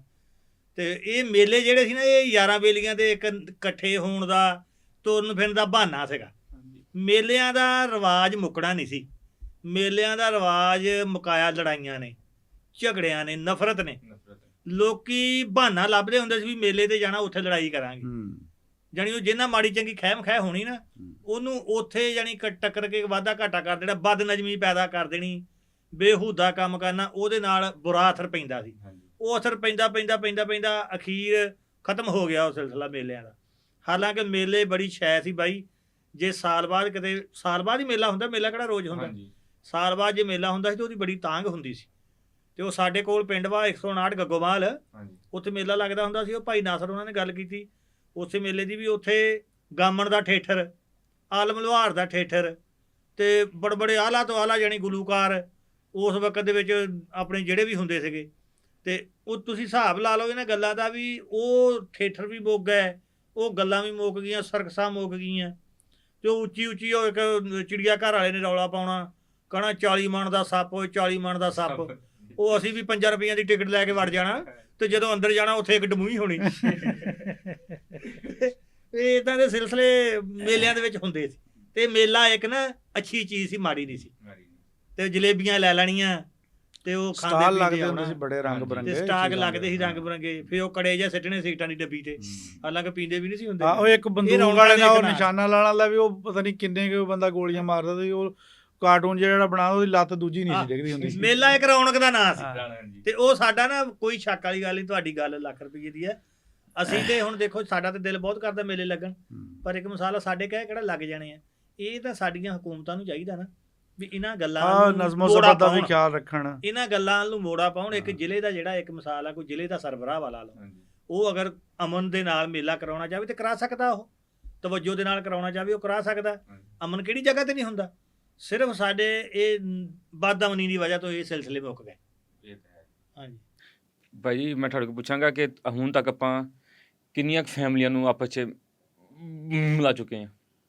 ਰਣ ਸਾਹਿਬ, ਬਹੁਤ ਸਾਰੀਆਂ ਫੈਮਲੀਆਂ ਜਿਹੜੀਆਂ ਆਪਾਂ ਰੀਯੂਨੀਅਨ ਉਹਨਾਂ ਦਾ ਕਰਵਾਤਾ। ਕੁਝ ਫੈਮਲੀਆਂ ਤਾਂ ਐਸੀਆਂ ਜਿਨ੍ਹਾਂ ਦੀ ਆਪਾਂ ਰਿਕਾਰਡਿੰਗ ਕੀਤੀ ਆ, ਲੇਕਿਨ ਬਹੁਤ ਸਾਰੀਆਂ ਫੈਮਲੀਆਂ ਐਸੀਆਂ ਜਿਨ੍ਹਾਂ ਨੂੰ ਅਸੀਂ ਟੈਲੀਫੋਨਿਕ ਉਹਨਾਂ ਨੂੰ ਇੱਕ ਦੂਜੇ ਦੇ ਨੰਬਰ ਦੇ ਕੇ ਉਹਨਾਂ ਨੂੰ ਮਿਲਾਤਾ, ਔਰ ਉਹ ਅੱਜ ਤੱਕ ਮਿਲ ਰਹੇ ਆ। ਰੀਸੈਂਟਲੀ ਅਸੀਂ ਇੱਕ ਇੱਥੇ ਸਾਹੀਵਾਲ ਦੀ ਸੀ ਇੱਕ ਬੀਬੀ, ਉਹਨੇ ਸਾਨੂੰ, ਭੈਣ ਸਾਡੀ ਨੇ ਅਮਰੀਕਾ ਤੋਂ ਅਪਰੋਚ ਕੀਤਾ ਕਿ ਉਹਨੇ ਦੱਸਿਆ ਸੀ ਕਿ ਸਾਡੀ ਇੱਥੇ ਜਿਹੜੀ ਫੈਮਿਲੀ ਹੈ ਨਾ ਜੀ, ਉਹ ਇੱਥੇ ਪਾਕਿਸਤਾਨ 'ਚ ਬੈਠੀ ਆ ਤੇ ਉਹ ਮੁਸਲਮਾਨ ਹੋ ਗਏ ਸੀ। ਉਹਨੇ ਕਿਹਾ ਅਸੀਂ ਹੁਣ ਇੱਥੇ ਬੈਠੇ ਅਮਰੀਕਾ ਦੇ ਵਿੱਚ। ਅੱਛਾ, ਕੋਈ ਸ਼ੇਰ ਮੂੰਹ ਨਹੀਂ ਸੀ, ਕੋਈ ਪਿੰਡ ਦਾ ਨਾਂ ਨਹੀਂ ਸੀਗਾ, ਮਤਲਬ ਇੱਕ ਐਵੇਂ ਥੋੜ੍ਹੇ ਹਿੰਟਸ ਦਿੱਤੇ ਸੀਗੇ। ਅਸੀਂ ਫਿਰ ਉੱਥੇ ਇੱਕ ਦੋਸਤ ਆਪਣਾ ਸੀਗਾ, ਉਹਦੀ ਡਿਊਟੀ ਲਾਈ ਵੀ ਯਾਰ ਆਲੇ ਦੁਆਲੇ ਦੇ ਕੁਝ ਪਿੰਡਾਂ 'ਚ ਪੁੱਛ ਵੀ ਉਸ ਵਕਤ ਦੇ ਕਨਵਰਟਡ ਬੰਦੇ ਹੈਗੇ ਆ ਜਿਨ੍ਹਾਂ ਨੇ ਆਪਣਾ ਮਜ਼ਹਬ ਤਬਦੀਲ ਕੀਤਾ। ਉਹ ਫਿਰ 3 ਕੁ ਪਿੰਡਾਂ ਵਿੱਚ ਨਾ ਪਤਾ ਲੱਗਾ ਵੀ ਫਲਾਂ ਪਿੰਡ ਵਿੱਚ ਬੈਠੇ ਆ। ਉਸ ਤੋਂ ਬਾਅਦ ਫਿਰ ਜਦੋਂ ਉਹਨਾਂ ਦੀਆਂ ਕੜੀਆਂ ਮਿਲੀਆਂ ਤੇ ਉਹ ਦੋਵਾਂ ਨਾਲ ਤਾਂ ਨਹੀਂ ਮਿਲੀਆਂ, ਤੀਸਰੀ ਜਿਹੜੀ ਪਿੰਡ ਦੇ ਵਿੱਚ 91 ਸਿਕਸਾਰ ਪਿੰਡ ਆ, ਉੱਥੇ ਬੈਠੇ ਸੀ, ਉਹਨਾਂ ਨਾਲ ਮਿਲ ਗਈਆਂ। ਉਹ ਫਿਰ ਅਸੀਂ ਆ ਮਹੀਨਾ ਕੀ ਹੋਇਆ ਉਹਨਾਂ ਦੀ ਮੁਲਾਕਾਤ ਕਰਾਈ ਆ ਟੈਲੀਫੋਨ ਤੇ। ਤੇ ਬਹੁਤ ਸਾਰੀਆਂ ਫੈਮਲੀਆਂ ਇਹਦੇ ਵਿੱਚ, ਅੱਗੇ ਵੀ ਮੈਂ ਇੱਕ ਪ੍ਰੋਗਰਾਮ 'ਚ ਜ਼ਿਕਰ ਕੀਤਾ ਕਿ ਬਲੱਡ ਰਿਲੇਸ਼ਨ ਜਿਹੜੇ ਉਹ ਵੀ ਕਾਫੀ ਮਿਲਾਏ ਆ ਬਹੁਤ ਸਾਰੇ, ਜਿਨ੍ਹਾਂ ਵਿੱਚ ਇਸ ਤੋਂ ਹਟ ਕੇ ਜਿੱਦਾਂ ਹੁਣ ਸਾਡੀ ਉੱਥੇ ਕਿਸੇ ਸਿੱਖ ਫੈਮਿਲੀ ਨਾਲ ਬਣੀ ਹੋਈ, ਉਹ ਬੰਦੇ ਕਹਿੰਦੇ ਕਿ ਯਾਰ ਸਾਡੇ ਨਾਲ ਬੜੀ ਇਹਨਾਂ ਦਾ ਭਰਪਣ ਸੀਗਾ, ਇੱਕ ਦੂਜੇ ਨਾਲ ਸਾਡਾ ਪੱਗ ਵੱਟ ਭਰਾ ਬਣੇ ਹੋਏ ਸੀਗੇ, ਉਹ ਵੀ ਅਸੀਂ ਬਹੁਤ ਸਾਰੇ ਮਿਲਾਏ ਆ। ਇਸ ਤੋਂ ਹਟ ਕੇ ਇੱਕ ਤੀਸਰੀ ਸ਼ਕਲ ਦੀ ਮੁਲਾਕਾਤ ਕਰਵਾਈ ਆ ਕਿ ਕਈਆਂ ਵਕਤਾਂ ਦੇ ਵਿੱਚ ਲੋਕ ਬਾਹਰ ਦੇ ਮੁਲਕਾਂ 'ਚ ਉੱਥੇ ਆਪਣਾ ਇੱਕ ਦੂਜੇ ਨਾਲ ਕੰਮ ਕਰਦੇ ਆ, ਸਿੱਖ ਮੁਸਲਮਾਨ, ਉਹ ਫਿਰ ਉੱਥੋਂ ਆ ਕੇ 20-25 ਸਾਲ ਹੋ ਗਏ ਇੱਕ ਦੂਜੇ ਤੋਂ ਨਹੀਂ, ਉਹਨਾਂ ਦੇ ਰਾਬਤੇ ਕੋਈ ਨਹੀਂ ਹੈਗੇ। ਟੈਲੀਫੋਨ ਉਦੋਂ PTCL ਹੁੰਦੇ ਸੀ, ਜਿੱਦਾਂ ਆਪਣੇ ਲੈਂਡਲਾਈਨ ਜਿਹਨੂੰ ਕਹਿੰਦੇ ਆ। ਅਸੀਂ ਉਹਨਾਂ ਕੋਲ ਮਾਲੂਮਾਤ ਲੈ ਕੇ ਉਹਦਾ ਤਰੀਕਾ ਇੱਕ ਛੋਟਾ ਜਿਹਾ, ਉਹਨੂੰ ਕਦੀ ਤਾਂ ਛੋਟੀ ਜਿਹੀ ਵੀਡੀਓ ਬਣਾ ਕੇ ਭੇਜ ਕੇ ਉਹਨਾਂ ਬੰਦਿਆਂ ਦਾ ਨਾਂ ਉਹ ਆਪਣੇ ਪੇਜ 'ਤੇ ਲਾਈ ਦੀ, ਉਹ ਕੋਲ ਫਿਰ ਦੇਖ ਕੇ ਰਾਬਤਾ ਕਰ ਲੈਂਦੇ ਕਿ ਹਾਂ ਯਾਰ ਮੈਂ ਇਹਦੇ ਨਾਲ ਕੰਮ ਕਰਦਾ ਰਿਹਾ। ਇੱਦਾਂ ਦੀਆਂ ਵੀ ਬਹੁਤ ਸਾਰੀਆਂ ਜੋੜੇ ਅਸੀਂ ਬਣਾਏ, ਇੱਕ ਦੂਜੇ ਨੂੰ ਮਿਲਾਏ ਆ। ਕਿ ਭਾਅ ਜੀ ਇੱਦਾਂ ਦਾ ਕੰਮ ਕਰਕੇ ਅੰਦਰੋਂ ਕੀ ਫੀਲਿੰਗ ਹੁੰਦੀ, ਅੰਦਰੋਂ ਕੀ ਉਹ ਮੂਮੈਂਟ ਕੀ ਹੁੰਦਾ? ਦੇਖੋ ਜੀ, ਇਹ ਤਾਂ ਫਿਤਰਤ ਦਾ ਕਾਨੂੰਨ ਆ ਕਿ ਕੋਈ ਵੀ ਤੁਸੀਂ ਨੇਕ ਕੰਮ, ਚੰਗਾ ਕੰਮ, ਇਨਸਾਨੀਅਤ ਦੀ ਭਲਾਈ ਲਈ ਕਰੋਗੇ ਨਾ, ਤੇ ਅੰਦਰੋਂ ਤੁਹਾਨੂੰ ਸ਼ਾਬਾਸ਼ੀ ਮਿਲਣੀ ਆ। ਔਰ ਤੁਹਾਡੀ ਜਿਹੜੀ ਕੈਫੀਅਤ ਹੋਣੀ ਨਾ, ਉਹ ਬਿਆਨ ਨਹੀਂ ਕਰ ਸਕਦਾ, ਉਹ ਬੰਦਾ ਮਹਿਸੂਸ ਕਰ ਸਕਦਾ ਹੈ, ਤੇ ਬਹੁਤ ਖੁਸ਼ੀ ਮਿਲਦੀ ਆ। ਔਰ ਲੋਕ ਉਹ ਸਾਨੂੰ ਵੀ ਆਪਣਾ ਦੁਆਵਾਂ ਬਹੁਤ ਦਿਲੋਂ ਦੁਆਵਾਂ ਦਿੰਦੇ ਆ। ਔਰ ਇਹ ਤਾਂ ਫਿਰ ਇੱਕ ਅਨਮੋਲ ਚੀਜ਼ ਆ ਨਾ, ਜਿਹੜੀ ਆਪਾਂ ਪੈਸੇ ਨਾਲ ਨਹੀਂ ਖਰੀਦ ਸਕਦੇ। ਹਾਂ ਭਾਈ ਤੁਹਾਨੂੰ ਆਈ ਥਿੰਕ ਨੀਂਦ ਆਉਂਦੀ ਪਈ, ਮੈਂ ਤੁਹਾਡੇ ਕੋਲ ਪੁੱਛਾਂਗਾ, ਤੁਸੀਂ ਮੈਨੂੰ ਕੋਈ ਆਪਣਾ ਬਚਪਨ ਦਾ ਕੋਈ ਵਾਕਿਆ ਸੁਣਾਓ। ਬਸ ਰਹਿਣ ਦੇ, ਛੇੜ ਨਾ ਦਰਦਾਂ ਨੂੰ, ਕੋਈ ਦਰਦ ਸੁਣਾਇਆ ਨਹੀਂ ਜਾਣਾ। ਅਸੀਂ ਅੱਜ ਦਰਦ ਹਰ ਹਾਲ 'ਚ ਸੁਣਨਾ ਹਾਂਜੀ। ਇਹਦੇ ਕੋਲੋਂ ਨਾ ਜੀ, ਇਹਨੇ ਇੱਕ ਬੇਰ ਤੋੜ ਲਏ ਸੀ ਬੇਰੀ ਤੋਂ, ਤੇ ਉਹਨਾਂ ਨੇ 2 ਕਨਾਲਾਂ ਦਾ ਚੂਰਾ ਇਕੱਠਾ ਕਰਾਇਆ ਸੀ ਇਹਦੇ ਕੋਲੋਂ। ਉਹ ਤੁਹਾਨੂੰ ਸੁਣਾ ਦਿੰਦੇ, ਕਹਿੰਦਾ ਕਿਉਂ पूछते हो क्या तुमसे कहूँ, मैं किस लिए जीता हूँ, शायद के कभी मिल जाओ कहीं, मैं इसलिए जीता हूँ, जीने का मुझे कुछ शौक नहीं, बस वक्त गुजारा करता हूँ, कुछ देर उलझ कर यादों में दुनिया से किनारा करता हूँ, मरता भी उसी की खातर हूँ, मैं जिस लिए जीता हूँ, शायद के कभी मिल जाओ कहीं, मैं इसलिए जीता हूँ। ਹੁਣ ਪਿਆਰ ਮੁਹੱਬਤ ਦੀਆਂ ਗੱਲਾਂ ਭਾਈ ਰੋਡ ਤੇ ਬਹਿ ਕੇ ਨਹੀਂ ਕਰੀਦੀਆਂ, ਘਰੋਂ ਰੋਟੀ ਵੀ ਖਾਣੀ ਹੈ। ਚੱਕਰ ਹੈਗਾ ਕੋਈ ਨਾ ਕੋਈ ਨਾ ਚੱਕਰ ਹੈ ਜਿਹੜਾ ਦੱਸਣਾ ਨਹੀਂ ਚਾਹੁੰਦਾ ਹੈਗਾ। ਭਾਜੀ ਆਪਾਂ ਨੂੰ ਬਚਪਨ 'ਚ ਕਿੰਨੀ ਕੁ ਪਈ ਕੁੱਟ ਕਰੋ? ਹੁਣ ਤੱਕ ਪਈ ਆ। ਬਚਪਨ ਵਾਲੀ ਕਿਹੜੀ ਦੇਖੋ ਗੱਲ ਜੀ, ਆ? ਅਸੀਂ ਨਾ 4 ਭਾਈ ਆ, ਮੈਂ ਸਾਰਿਆਂ ਤੋਂ ਛੋਟਾ ਸੀ, ਇੱਕ ਸਾਡੀ ਭੈਣ ਆ, ਉਹ ਤੋਂ ਵੀ ਮੈਂ ਛੋਟਾ। ਤੇ ਕੁੱਟ ਦਾ ਸਿਲਸਿਲਾ ਇਹ ਹੁੰਦਾ ਵਾ ਵੀ ਮਾਂ-ਬਾਪ ਜਿਹੜਾ ਹੁੰਦਾ ਵਾ, ਉਹਨਾਂ ਨੇ ਚੰਗੀ ਗੱਲ ਤੋਂ ਹੀ ਕੁੱਟਣਾ। ਹਾਂਜੀ। ਤੇ ਉਹ ਕਹਿੰਦੇ ਨਹੀਂ ਹੁੰਦੇ ਵੀ ਮਾਂ ਪਿਓ ਦੀਆਂ ਗਾਲਾਂ ਦੇ ਘਿਓ ਦੀਆਂ ਨਾਲਾਂ। ਹਾਂਜੀ। ਤੇ ਇਦਾਂ ਹੀ ਭਰਾ ਹੁੰਦੇ ਆ, ਇੱਕ ਮਿਸਾਲ ਆ, ਉਹਨਾਂ ਨੇ ਚੰਗੀ ਗੱਲ ਹੀ ਕਰਨੀ ਆ, ਚੰਗੀ ਤੋਂ ਸਾਨੂੰ ਜਾਣੀ ਮਾੜੀ ਗੱਲ ਤੋਂ ਰੋਕਣਾ, ਚੰਗੀ ਤੇ ਲਾਉਣਾ। ਤੇ ਉਹ ਬਚਪਨ ਦੀਆਂ ਫਿਰ ਕੁੱਟਾਂ ਜਿਹੜੀਆਂ ਉਹ ਬੜੀਆਂ ਚੰਗੀਆਂ ਹੁੰਦੀਆਂ ਬਾਈ, ਉਹਨਾਂ ਦੇ ਵਿੱਚ ਇੱਕ ਸਬਕ ਹੁੰਦਾ ਜੇ ਬੰਦਾ ਸਿੱਖੇ ਤਾਂ। ਆ ਹੁਣ ਦੇਖੋ ਨਾ, ਸਾਰੀ ਦਿਹਾੜੀ ਬੰਦਾ ਇੱਕ ਮਿਸਾਲ 4 ਘੰਟੇ ਜਾਂ 5 ਘੰਟੇ ਸਿਨੇਮੇ 'ਚ ਬਹਿ ਲਿਆ, ਹਾਂਜੀ, ਫਿਲਮ ਦੇਖ ਲਈ। ਫਿਲਮ ਕੀ ਆ ਕਹਿਣਾ, ਉਹਦਾ ਕੀ ਦੇਖਣਾ ਜਿਹੜੀ ਹੋਈ ਫਿਲਮ। ਇੱਕ ਮਜ਼ਾਕ ਨਾਲ ਹੋ ਜਾਂਦਾ ਫਿਲਮ, ਕਹਿਣਾ ਲਓ ਜੀ ਮੈਨੂੰ ਫਿਲਮ ਬਣਾਈ, ਮੇਰੀ ਫਿਲਮ। ਉਹ ਜਿਹੜੀ ਫਿਲਮ ਆ ਨਾ, ਜੇ ਬੰਦਾ ਸਿੱਖੇ, ਉਹਦੇ ਵਿੱਚ ਇੱਕ ਸਬਕ ਆ। ਜਿਹੜੀ ਸਾਡੇ ਕਿਰਦਾਰ ਤੇ ਫਿਲਮ ਬਣੀ ਆ ਨਾ, ਉਹਦੇ ਵਿੱਚ ਇੱਕ ਸਬਕ ਆ। ਅਗਰ ਅਸੀਂ ਉਹ ਨਹੀਂ ਸਿੱਖਿਆ, ਸਾਨੂੰ 4 ਘੰਟੇ ਅਨੀਂਦਾ ਕੱਟਣ ਦਾ ਜਾਂ ਉਹਨੂੰ ਦੇਖਣ ਦਾ ਕੀ ਫਾਇਦਾ? ਸਹੀ ਬਾਤ, ਕਿਉਂਕਿ ਸਾਨੂੰ ਥਾ ਬਿਲਕੁਲ ਜਾਣੀ ਹਰ ਗੱਲ ਦੇ ਵਿੱਚ ਇੱਕ ਸਬਕ ਹੁੰਦਾ। ਬਚਪਨ ਦੀ ਮਾਰ ਜਿਹੜੀ ਨਾ, ਬੰਦੇ ਨੂੰ ਇਨਸਾਨ ਬਣਾਉਂਦੀ ਹੈ, ਬੰਦੇ ਨੂੰ ਬੁਰਾਈਆਂ ਤੋਂ ਬਚਾਉਂਦੀ ਆ। ਅਲਹਮਦੁਲਿਲਾ, ਮੈਂ ਇੱਕ ਗੱਲ ਕਰਦਾ, ਮੇਰੇ ਜੇ ਮਾਂ-ਬਾਪ ਨੇ ਮੈਨੂੰ ਸਮਝਾਇਆ ਸੀ, ਮੇਰੇ ਭਰਾਵਾਂ ਨੇ ਮੈਨੂੰ ਸਮਝਾਇਆ ਸੀ, ਸਭ ਤੋਂ ਵੱਡੀ ਗੱਲ ਇਸ ਵੇਲੇ ਮੈਂ ਨਸ਼ੇ ਵਾਲਾ ਜਿਹੜਾ ਐਬ ਆ ਉਹਦੇ ਤੋਂ ਪਾਕ, ਜਿਹੜਾ ਕਿ ਤਕਰੀਬਨ ਸਾਡੇ ਪੰਜਾਬ ਨੂੰ ਖਾਈ ਤੁਰਿਆ ਜਾਂਦਾ, ਖਾ ਗਿਆ, ਬਿਲਕੁਲ ਖਾ ਗਿਆ। ਹਾਂਜੀ, ਇਦਾਂ ਹੀ ਆ ਨਾ। ਤੇ ਅਲਹਮਦੁਲਿਲਾ ਸਾਦਾ ਸਿਗਰਟ ਵੀ ਨਹੀਂ ਪੀਂਦੇ। ਤੇ ਇਹ ਸਮਝ ਲਓ ਜੀ, ਮਾਂ-ਬਾਪ ਦੀਆਂ ਤੇ ਭਰਾਵਾਂ ਦੀਆਂ ਉਹ ਕੁੱਟਾਂ ਮਾਰਾਂ ਤੇ ਦਬਕਿਆਂ ਦਾ ਨਤੀਜਾ। ਭਾਜੀ ਹੁਣ ਆਪਾਂ ਗੱਲ ਤੇ ਕਰ ਰਹੇ ਹਾਂ ਆਪਣੇ ਬਚਪਨ ਦੀ। ਤੁਸੀਂ ਕਦੀ ਛੋਟੇ ਹੁੰਦੇ ਬਚਪਨ 'ਚ ਕਦੀ ਕਿਸੇ ਦੀ ਬੈਲ ਵਜਾ ਕੇ ਭੱਜ ਗਏ ਹੋ? ਠੀਕ ਹੈ, ਕਦੀ ਕਿਉਂਕਿ ਪਿੰਡਾਂ 'ਚ ਅਕਸਰ ਲੋਕ ਬਾਹਰ ਹੀ ਸੌਂਦੇ ਆ ਚੌਂਤਿਆਂ ਤੇ, ਉਹ ਬਾਹਰ ਚੌਂਤਿਆਂ ਤੇ ਪਖਲਕ ਸੌਂਦੇ ਆ। ਬਹੁਤ ਸ਼ਰਾਰਤੀ ਹੁੰਦਾ ਸੀ ਛੋਟਾ ਹੁੰਦਾ, ਬੈਲ ਛੱਡ ਕੇ ਅਸੀਂ ਬਹੁਤ ਕੁਝ ਵਜਾ ਕੇ ਭੱਜੇ ਲੋਕਾਂ ਦਾ।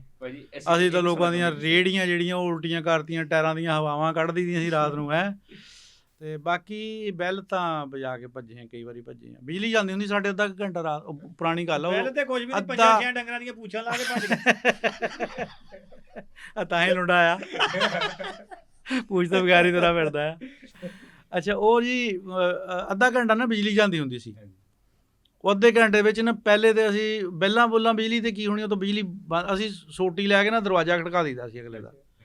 ਉਹ ਦਰਵਾਜ਼ਾ ਖੜਕਾ ਕੇ ਭੱਜ ਜਾਣਾ, ਤੇ ਉਹ ਬਾਹਰ ਨਿਕਲਣਾ ਬੰਦਾ ਕੋਈ ਨਹੀਂ, ਤੇ ਆਪ ਫਿਰ ਇੱਕ ਸਾਡੇ ਮਹੱਲੇ ਵਿੱਚ ਹੀ ਨਾ ਉਹ ਢੇਰ ਜਿਹਾ ਲਾਇਆ ਹੁੰਦਾ ਸੀ ਬਾਲਣ ਦਾ, ਉਹ ਦੂਆ ਹੁੰਦਾ ਸੀ ਤਿਲਾਂ ਦਾ ਇਕੱਠਾ ਹੋ ਰਿਹਾ ਸੁੱਕਾ, ਉਹ ਚੱਕ ਕੇ ਲੈ ਜਾਣਾ ਭਰੀ ਜੀ, ਉੱਥੇ ਫਿਰ ਮੁੜ ਕੇ ਉਹਦੀ ਅੱਗ ਸੇਕਣੀ। ਯਾਨੀ ਪੁੱਠੇ ਸਿੱਧੇ ਕੰਮ ਤਾਂ ਬਥੇਰੇ ਕੀਤੇ ਆ, ਤੇ ਉਲਾਂਭਾ ਸਾਡੇ ਘਰ ਬਥੇਰਾ ਆਉਂਦਾ ਰਿਹਾ ਇਹਨਾਂ ਚੀਜ਼ਾਂ ਦਾ। ਲੇਕਿਨ ਹੁਣ ਜਿਹੜੇ ਲੋਕ ਮੈਨੂੰ ਜਾਣਦੇ ਆ, ਉਹ ਅਗਰ ਸਾਡੀਆਂ ਇਹਨਾਂ ਚੀਜ਼ਾਂ ਨੂੰ ਦੇਖਣ ਤੋਂ, ਜਿਹੜੇ ਜਾਂ ਪੁਰਾਣੇ ਲੋਕ ਜਾਣਦੇ ਸੀਗੇ ਜਿਨ੍ਹਾਂ ਨੇ ਬਚਪਨ ਸਾਡਾ ਦੇਖਿਆ, ਉਹ ਮਤਲਬ ਦੇਖ ਕੇ ਕਹਿੰਦੇ ਵੀ ਇੰਨਾ ਬਦਲ ਗਿਆ। ਹਾਂ, ਉਹ ਕਹਿੰਦੇ ਨੇ ਵੀ ਬਚਪਨ ਚਲਾ ਗਿਆ ਤੇ ਜਵਾਨੀ ਚਲੀ ਗਈ, ਜ਼ਿੰਦਗੀ ਦੀ ਕੀਮਤੀ ਨਾਲੇ ਨਿਸ਼ਾਨੀ ਜਦੋਂ ਚਲੀ ਜ਼ਿੰਮੇਵਾਰੀਆਂ ਪੈ ਜਾਣੀਆਂ ਇਨਸਾਨ ਤੇ, ਉਹ ਹਰ ਸ਼ੈ ਖਾ ਜਾਂਦੀ ਹੈ। ਉਹ ਤੁਹਾਡਾ ਬਹਿਣ ਖਲੋਣ, ਤੁਹਾਡੀ ਬੈਠਕ, ਤੁਹਾਡੀਆਂ ਮਸਤੀਆਂ, ਤੁਹਾਡੀ ਆਊਟਿੰਗ, ਹਰ ਸ਼ੈ ਜਿਹੜੀ ਉਹ ਖਾ ਜਾਂਦੀ ਹੈ। ਗੱਲ ਕਰਦੀ ਜਦੋਂ ਬੰਦਾ ਵਿਆਹਣ ਜਾਂਦਾ, ਜਿਹੜਾ ਦੁੱਧ ਪਿਆਉਂਦੇ ਜ਼ਹਿਰ ਹੀ ਹੁੰਦੀ ਆ। ਇਹਦਾ ਮੂੰਹ ਹਜੇ ਤਾਈਂ ਕੋੜਾ ਆ। ਭਾਜੀ ਆਪਣੀ ਜ਼ਿੰਦਗੀ ਕਿੰਨੀ ਕੁ ਮਸਰੂਫ ਆ। ਹਾਏ ਹਾਏ ਵੇਲ ਚੋਂ ਵੇਲ ਨਹੀਂ ਹੈਗਾ, ਉਹ ਕਹਿੰਦੇ ਨਹੀਂ ਮਿੰਟ ਦਾ ਵੇਲ ਨਹੀਂ ਟਕੇ ਦੀ ਆਮਦਨ ਨਹੀਂ, ਕਦੀ ਆਮਦਨ ਨਹੀਂ ਹੈਗੀ। ਉਹ ਹਿਸਾਬ ਆ ਬਾਈ। ਹਾਂ, ਤੇ ਬਸ ਜ਼ਿੰਦਗੀ ਯਾਰ ਮਸਰੂਫੀਅਤ ਫਿਰ ਜ਼ਿੰਦਗੀ ਦੀਆਂ ਇਦਾਂ ਹੀ ਆ ਬਾਈ, ਇਹ ਤਾਂ ਮੁੱਕਣੀਆਂ ਹੀ ਨਹੀਂ। ਨਹੀਂ ਮੁੱਕਣੀ। ਜਿੰਨਾ ਚਿਰ ਜ਼ਿੰਦਗੀ ਆ ਜੀਂਦਿਆਂ ਦੇ ਨਿਜ਼ਾਮ ਮੁੱਕਦੇ ਹੀ ਸਹੀ ਨਹੀਂ। ਗੱਲ ਆ। ਇੱਧਰ ਨੂੰ ਹੋ ਲਓ ਇੱਧਰ ਨੂੰ ਹੋ ਲਓ, ਇਹ ਤਾਂ ਸਾਵਾਂ ਦੇ ਨਾਲ ਹੀ ਮੁੱਕਦੇ ਆ। ਜੇ ਬੰਦਾ ਕਹੇ ਵੀ ਕੰਮ ਮੁੱਕ ਜਾਣ, ਕੰਮ ਨਹੀਂ ਮੁੱਕਣੇ, ਜਿੰਦ ਮੁੱਕ ਜਾਣੀ, ਇਹ ਉਹ ਹਿਸਾਬ ਆ ਵੀ ਇਹ ਨਹੀਂ ਮੁੱਕਣੇ। ਮਸਰੂਫੀਅਤ ਕੋਈ ਨਹੀਂ ਬਾਈ, ਬਸ ਕੋਈ 2-4 ਡੰਗਰ ਰੱਖੇ ਆ, ਕੋਈ 7-8 ਕਿੱਲਿਆਂ ਦਾ ਜ਼ਿਮੀਂਦਾਰ ਆ ਵਾ, ਤੇ ਬਾਕੀ ਆ ਕੋਈ ਟਿਕਟੌਕ ਬਣਾ ਲਈਦੀ ਆ, ਭਾਈ ਨਾਸਰ ਹੋਣਾ ਕੋਈ ਚਲੇ ਜਾਈਦਾ, ਗੱਪਾਂ ਛੱਪਾਂ ਮਾਰ ਕੇ ਥੋੜ੍ਹਾ ਜਿਹਾ ਵਕਤ ਗੁਜ਼ਾਰਾ ਕਰ ਲਈਦਾ ਆਪਣਾ। ਸਕੂਨ ਜਿਹੜਾ ਨਾ ਬੰਦਾ ਜਿਹੜਾ ਜਿਹਦੀ ਖਾਤਰ ਤੁਰਿਆ ਫਿਰਦਾ, ਇਨਸਾਨ ਨੂੰ ਸਕੂਨ ਹੋਵੇ ਨਾ। ਤੇ ਉਹ ਤੁਸੀਂ ਦੇਖਿਆ ਨਹੀਂ, ਮੈਂ ਇੱਕ ਵਾਰੀ ਇੱਕ ਬੰਦੇ ਨੇ ਗੱਲ ਕੀਤੀ ਬੜੀ ਚੰਗੀ, ਉਹ ਜੇਲ੍ਹ 'ਚ ਛੁੱਟ ਕੇ ਆਇਆ, ਤੇ ਆਣ ਕੇ ਨਾ ਮੈਂ ਉਹਨੂੰ ਕਿਹਾ, ਮੈਂ ਕਿਹਾ ਯਾਰ ਦੇਖ ਲੈ ਤੂੰ 8-9 ਸਾਲ ਜੇਲ੍ਹ ਕੱਟ ਗਿਆ। ਉਹਨੇ ਕਿਹਾ ਤੈਨੂੰ ਹਕੀਕਤ ਗੱਲ ਦੱਸਾਂ? ਮੈਂ ਕਿਹਾ ਹਾਂ। ਉਹਨੇ ਕਿਹਾ ਯਾਰ ਮੈਂ ਇੱਥੇ ਨਾ ਜੇਲ੍ਹ 'ਚ ਸਕੂਨ 'ਚ ਸੀ। ਮੈਂ ਯਾਰ ਉਹਨੂੰ ਮੈਂ ਕਿਹਾ ਯਾਰ ਤੂੰ ਕਿੱਦਾਂ ਦੀ ਗੱਲ ਕਰਨ ਡਿਆ? ਉਹਨੇ ਕਿਹਾ ਹਕੀਕਤ ਗੱਲ ਆ, ਮੈਂ ਜਾਣੀ ਆ ਜਿਹੜੇ ਹਾਲਾਤਾਂ ਦੀਆਂ ਗੱਲਾਂ ਜਾਂ ਘਰਾਂ ਦੀਆਂ ਟੈਨਸ਼ਨਾਂ ਪਰੇਸ਼ਾਨੀਆਂ, ਤੇ ਮੈਂ ਜਾਣੀ ਨਾ ਉਹ ਜੇਲ੍ਹ ਦੇ ਵਿੱਚ ਹੀ ਸਕੂਨ ਦੇ ਵਿੱਚ ਸਕੂਨ ਹੀ ਬੰਦਾ ਲੱਭਦਾ ਫਿਰਦਾ। ਦੇਖੋ ਜੀ, ਕਈ ਚੀਜ਼ਾਂ ਦਾ ਜਿਹੜਾ ਪਰਦਾ ਨਾ ਅੱਲਾਹ ਪਾਕ ਨੇ, ਬਹੁਤ ਸਾਰੀਆਂ ਚੀਜ਼ਾਂ ਜਿਹੜੀਆਂ ਤੁਹਾਡੇ ਇਲਮ 'ਚ ਨਹੀਂ ਹੈਗੀਆਂ, ਉਹ ਤੁਹਾਡੇ ਲਈ ਬਹੁਤ ਫਾਇਦੇਮੰਦ ਚੀਜ਼ਾਂ। ਤੁਸੀਂ ਮੇਰੇ ਬਾਰੇ ਕੀ ਸੋਚ ਰਹੇ ਆ ਮੈਨੂੰ ਨਹੀਂ ਪਤਾ ਹੈਗਾ, ਇਹ ਅੱਲਾਹ ਪਾਕ ਨੇ ਇੱਕ ਪਰਦਾ ਰੱਖਿਆ ਹੈ। ਸਹੀ ਗੱਲ। ਤੇ ਜੇ ਇਹ ਸਾਨੂੰ ਪਤਾ ਲੱਗ ਜਾਵੇ ਨਾ ਤੁਸੀਂ ਕੀ ਸੋਚਦੇ ਆ, ਭਾਈ ਨਦੀਮ ਕੀ ਸੋਚਦੇ, ਤਾਂ ਆਪਾਂ ਇੱਕ ਦੂਜੇ ਕੋਲ ਬਹਿਣਾ ਖਲੋਣਾ ਹੀ ਬੰਦ ਕਰ ਇਦਾਂ ਦਈਏ। ਹੀ ਇਦਾਂ ਹੀ। ਉਹ ਜੇਲ੍ਹ 'ਚ ਸੀ ਵਿਚਾਰਾ, ਉਹ ਇੱਥੇ ਦੀਆਂ ਸਾਰੀਆਂ ਚੀਜ਼ਾਂ ਤੋਂ ਲਾਇਲਮ ਸੀਗਾ, ਉਹ ਸਕੂਨ 'ਚ ਸੀਗਾ। ਲੇਕਿਨ ਉਹ ਜੇ 5 ਸਾਲ ਬਾਅਦ ਜਦੋਂ ਮੁੜ ਗਿਆ, ਤਾਂ ਉਹ ਜਿਹੜੀਆਂ ਉਹ ਮੁਹੱਬਤਾਂ ਛੱਡ ਕੇ ਗਿਆ ਸੀ, ਉਹ ਵੀ ਆ ਕੇ ਨਹੀਂ ਰਹੀਆਂ। ਇਦਾਂ ਹੀ ਇਦਾਂ ਹੀ, ਕਿਉਂਕਿ ਦੁਨੀਆ 'ਚ ਤਬਦੀਲੀ ਬੜੀ ਤੇਜ਼ੀ ਨਾਲ ਦੁਨੀਆ ਦੀਆਂ ਆਈ ਗੱਲਾਂ ਆ। ਦਾ ਸਾਹਮਣਾ, ਘਰਦਿਆਂ ਦੀਆਂ ਗੱਲਾਂ ਦਾ ਹਾਂ। ਸਾਹਮਣਾ। ਦੇਖੋ ਜੀ ਜ਼ਿੰਦਗੀ ਦੇ ਵਿੱਚ ਉੱਚਾ ਨੀਚਾ ਹੋ ਜਾਂਦੀ ਹੈ। ਇੱਜ਼ਤਦਾਰ ਇਨਸਾਨ ਬੰਦਾ ਹੈ ਹੀ ਥੋੜਾ ਗਲਤੀ ਦਾ ਜਿਹਾ ਪੁਤਲਾ। ਫੀਲ ਕਰਦਾ ਆ, ਤੇ ਉਹ ਫਿਰ ਇਸ ਦੀ ਵਜੂਹਾਤਾਂ ਹੁੰਦੀਆਂ ਵਾ। ਸਕੂਨ ਜਿਹੜਾ ਨਾ ਇਹ ਬੜੀ ਸ਼ੈ ਹੈ। ਇਹ ਸੀ ਜੀ ਅੱਜ ਦੇ ਸਾਡੇ ਮਹਿਮਾਨ, ਇਹ ਸੀ ਅੱਜ ਦੀ ਸਾਡੀ ਪੋਡਕਾਸਟ, ਜਿੱਥੇ ਅੱਜ ਦੀ ਪੋਡਕਾਸਟ 'ਚ ਠੀਕ ਹੈ ਪੰਜਾਬ ਦੀਆਂ ਗੱਲਾਂ ਹੋਈਆਂ, ਕਿਸਾਨ ਦੀਆਂ ਗੱਲਾਂ ਹੋਈਆਂ, ਠੀਕ ਹੈ ਬਚਪਨ ਦੀਆਂ ਗੱਲਾਂ ਹੋਈਆਂ। ਜੇ ਤਾਂ ਤੁਹਾਨੂੰ ਸਾਡੀ ਅੱਜ ਦੀ ਪੋਡਕਾਸਟ ਚੰਗੀ ਲੱਗੀ ਹੋਵੇ, ਤੇ ਇਹਨੂੰ ਜਾਂਦੇ ਹੋਏ ਲਾਈਕ, ਸ਼ੇਅਰ ਤੇ ਸਬਸਕ੍ਰਾਈਬ ਲਾਜ਼ਮੀ ਕਰ ਦਿਓ। ਲਹਿੰਦਾ ਪੰਜਾਬ ਚੈਨਲ ਤੇ ਅਸੀਂ ਅੱਜ ਆਏ ਸੀਗੇ ਜੀ, ਰਾਣਾ ਸਾਹਿਬ ਨੇ ਸਾਨੂੰ ਮੌਕਾ ਦਿੱਤਾ ਕੁਝ ਗੱਲਾਂ ਕਰਨ ਦਾ। ਤੁਸੀਂ ਇਸ ਚੈਨਲ ਨੂੰ ਸਬਸਕ੍ਰਾਈਬ ਜ਼ਰੂਰ ਕਰਿਓ, ਇਹਦੀ ਵੀਡੀਓ ਜ਼ਰੂਰ ਦੇਖਿਓ। ਸਭ ਤੋਂ ਵੱਡੀ ਗੱਲ ਹੈ ਕਿ ਪੰਜਾਬੀ ਨੂੰ ਲਾਹੌਰ ਸ਼ਹਿਰ ਦੇ ਵਿੱਚ ਰਹਿ ਕੇ ਪ੍ਰਮੋਟ ਕਰ ਰਹੇ ਆ, ਔਰ ਉਹ ਚੀਜ਼ਾਂ ਜਿਹੜੀਆਂ ਸਾਹਮਣੇ ਲਿਆਉਣ ਦੀ ਕੋਸ਼ਿਸ਼ ਕਰ ਰਹੇ ਆ, ਜਿਹੜੇ ਬਾਕੀ ਪ੍ਰੋਗਰਾਮਾਂ ਦੇ ਵਿੱਚ ਸ਼ਾਇਦ ਇਹ ਸਵਾਲ ਨਾ ਕਰਦੇ ਹੋਣ। ਤੁਸੀਂ ਵੀਡੀਓ ਨੂੰ ਸਾਰੀਆਂ ਨੂੰ ਇਹਨਾਂ ਨੂੰ ਦੇਖਿਆ ਕਰੋ, ਬਹੁਤ ਸਾਰੀਆਂ ਚੀਜ਼ਾਂ ਜਿਹੜੀਆਂ ਦੇਖਣ ਨੂੰ, ਸੁਣਨ ਨੂੰ, ਸਿੱਖਣ ਨੂੰ ਮਿਲਿਆ ਕਰਨਗੀਆਂ ਜੀ। ਬਹੁਤ ਸ਼ੁਕਰੀਆ।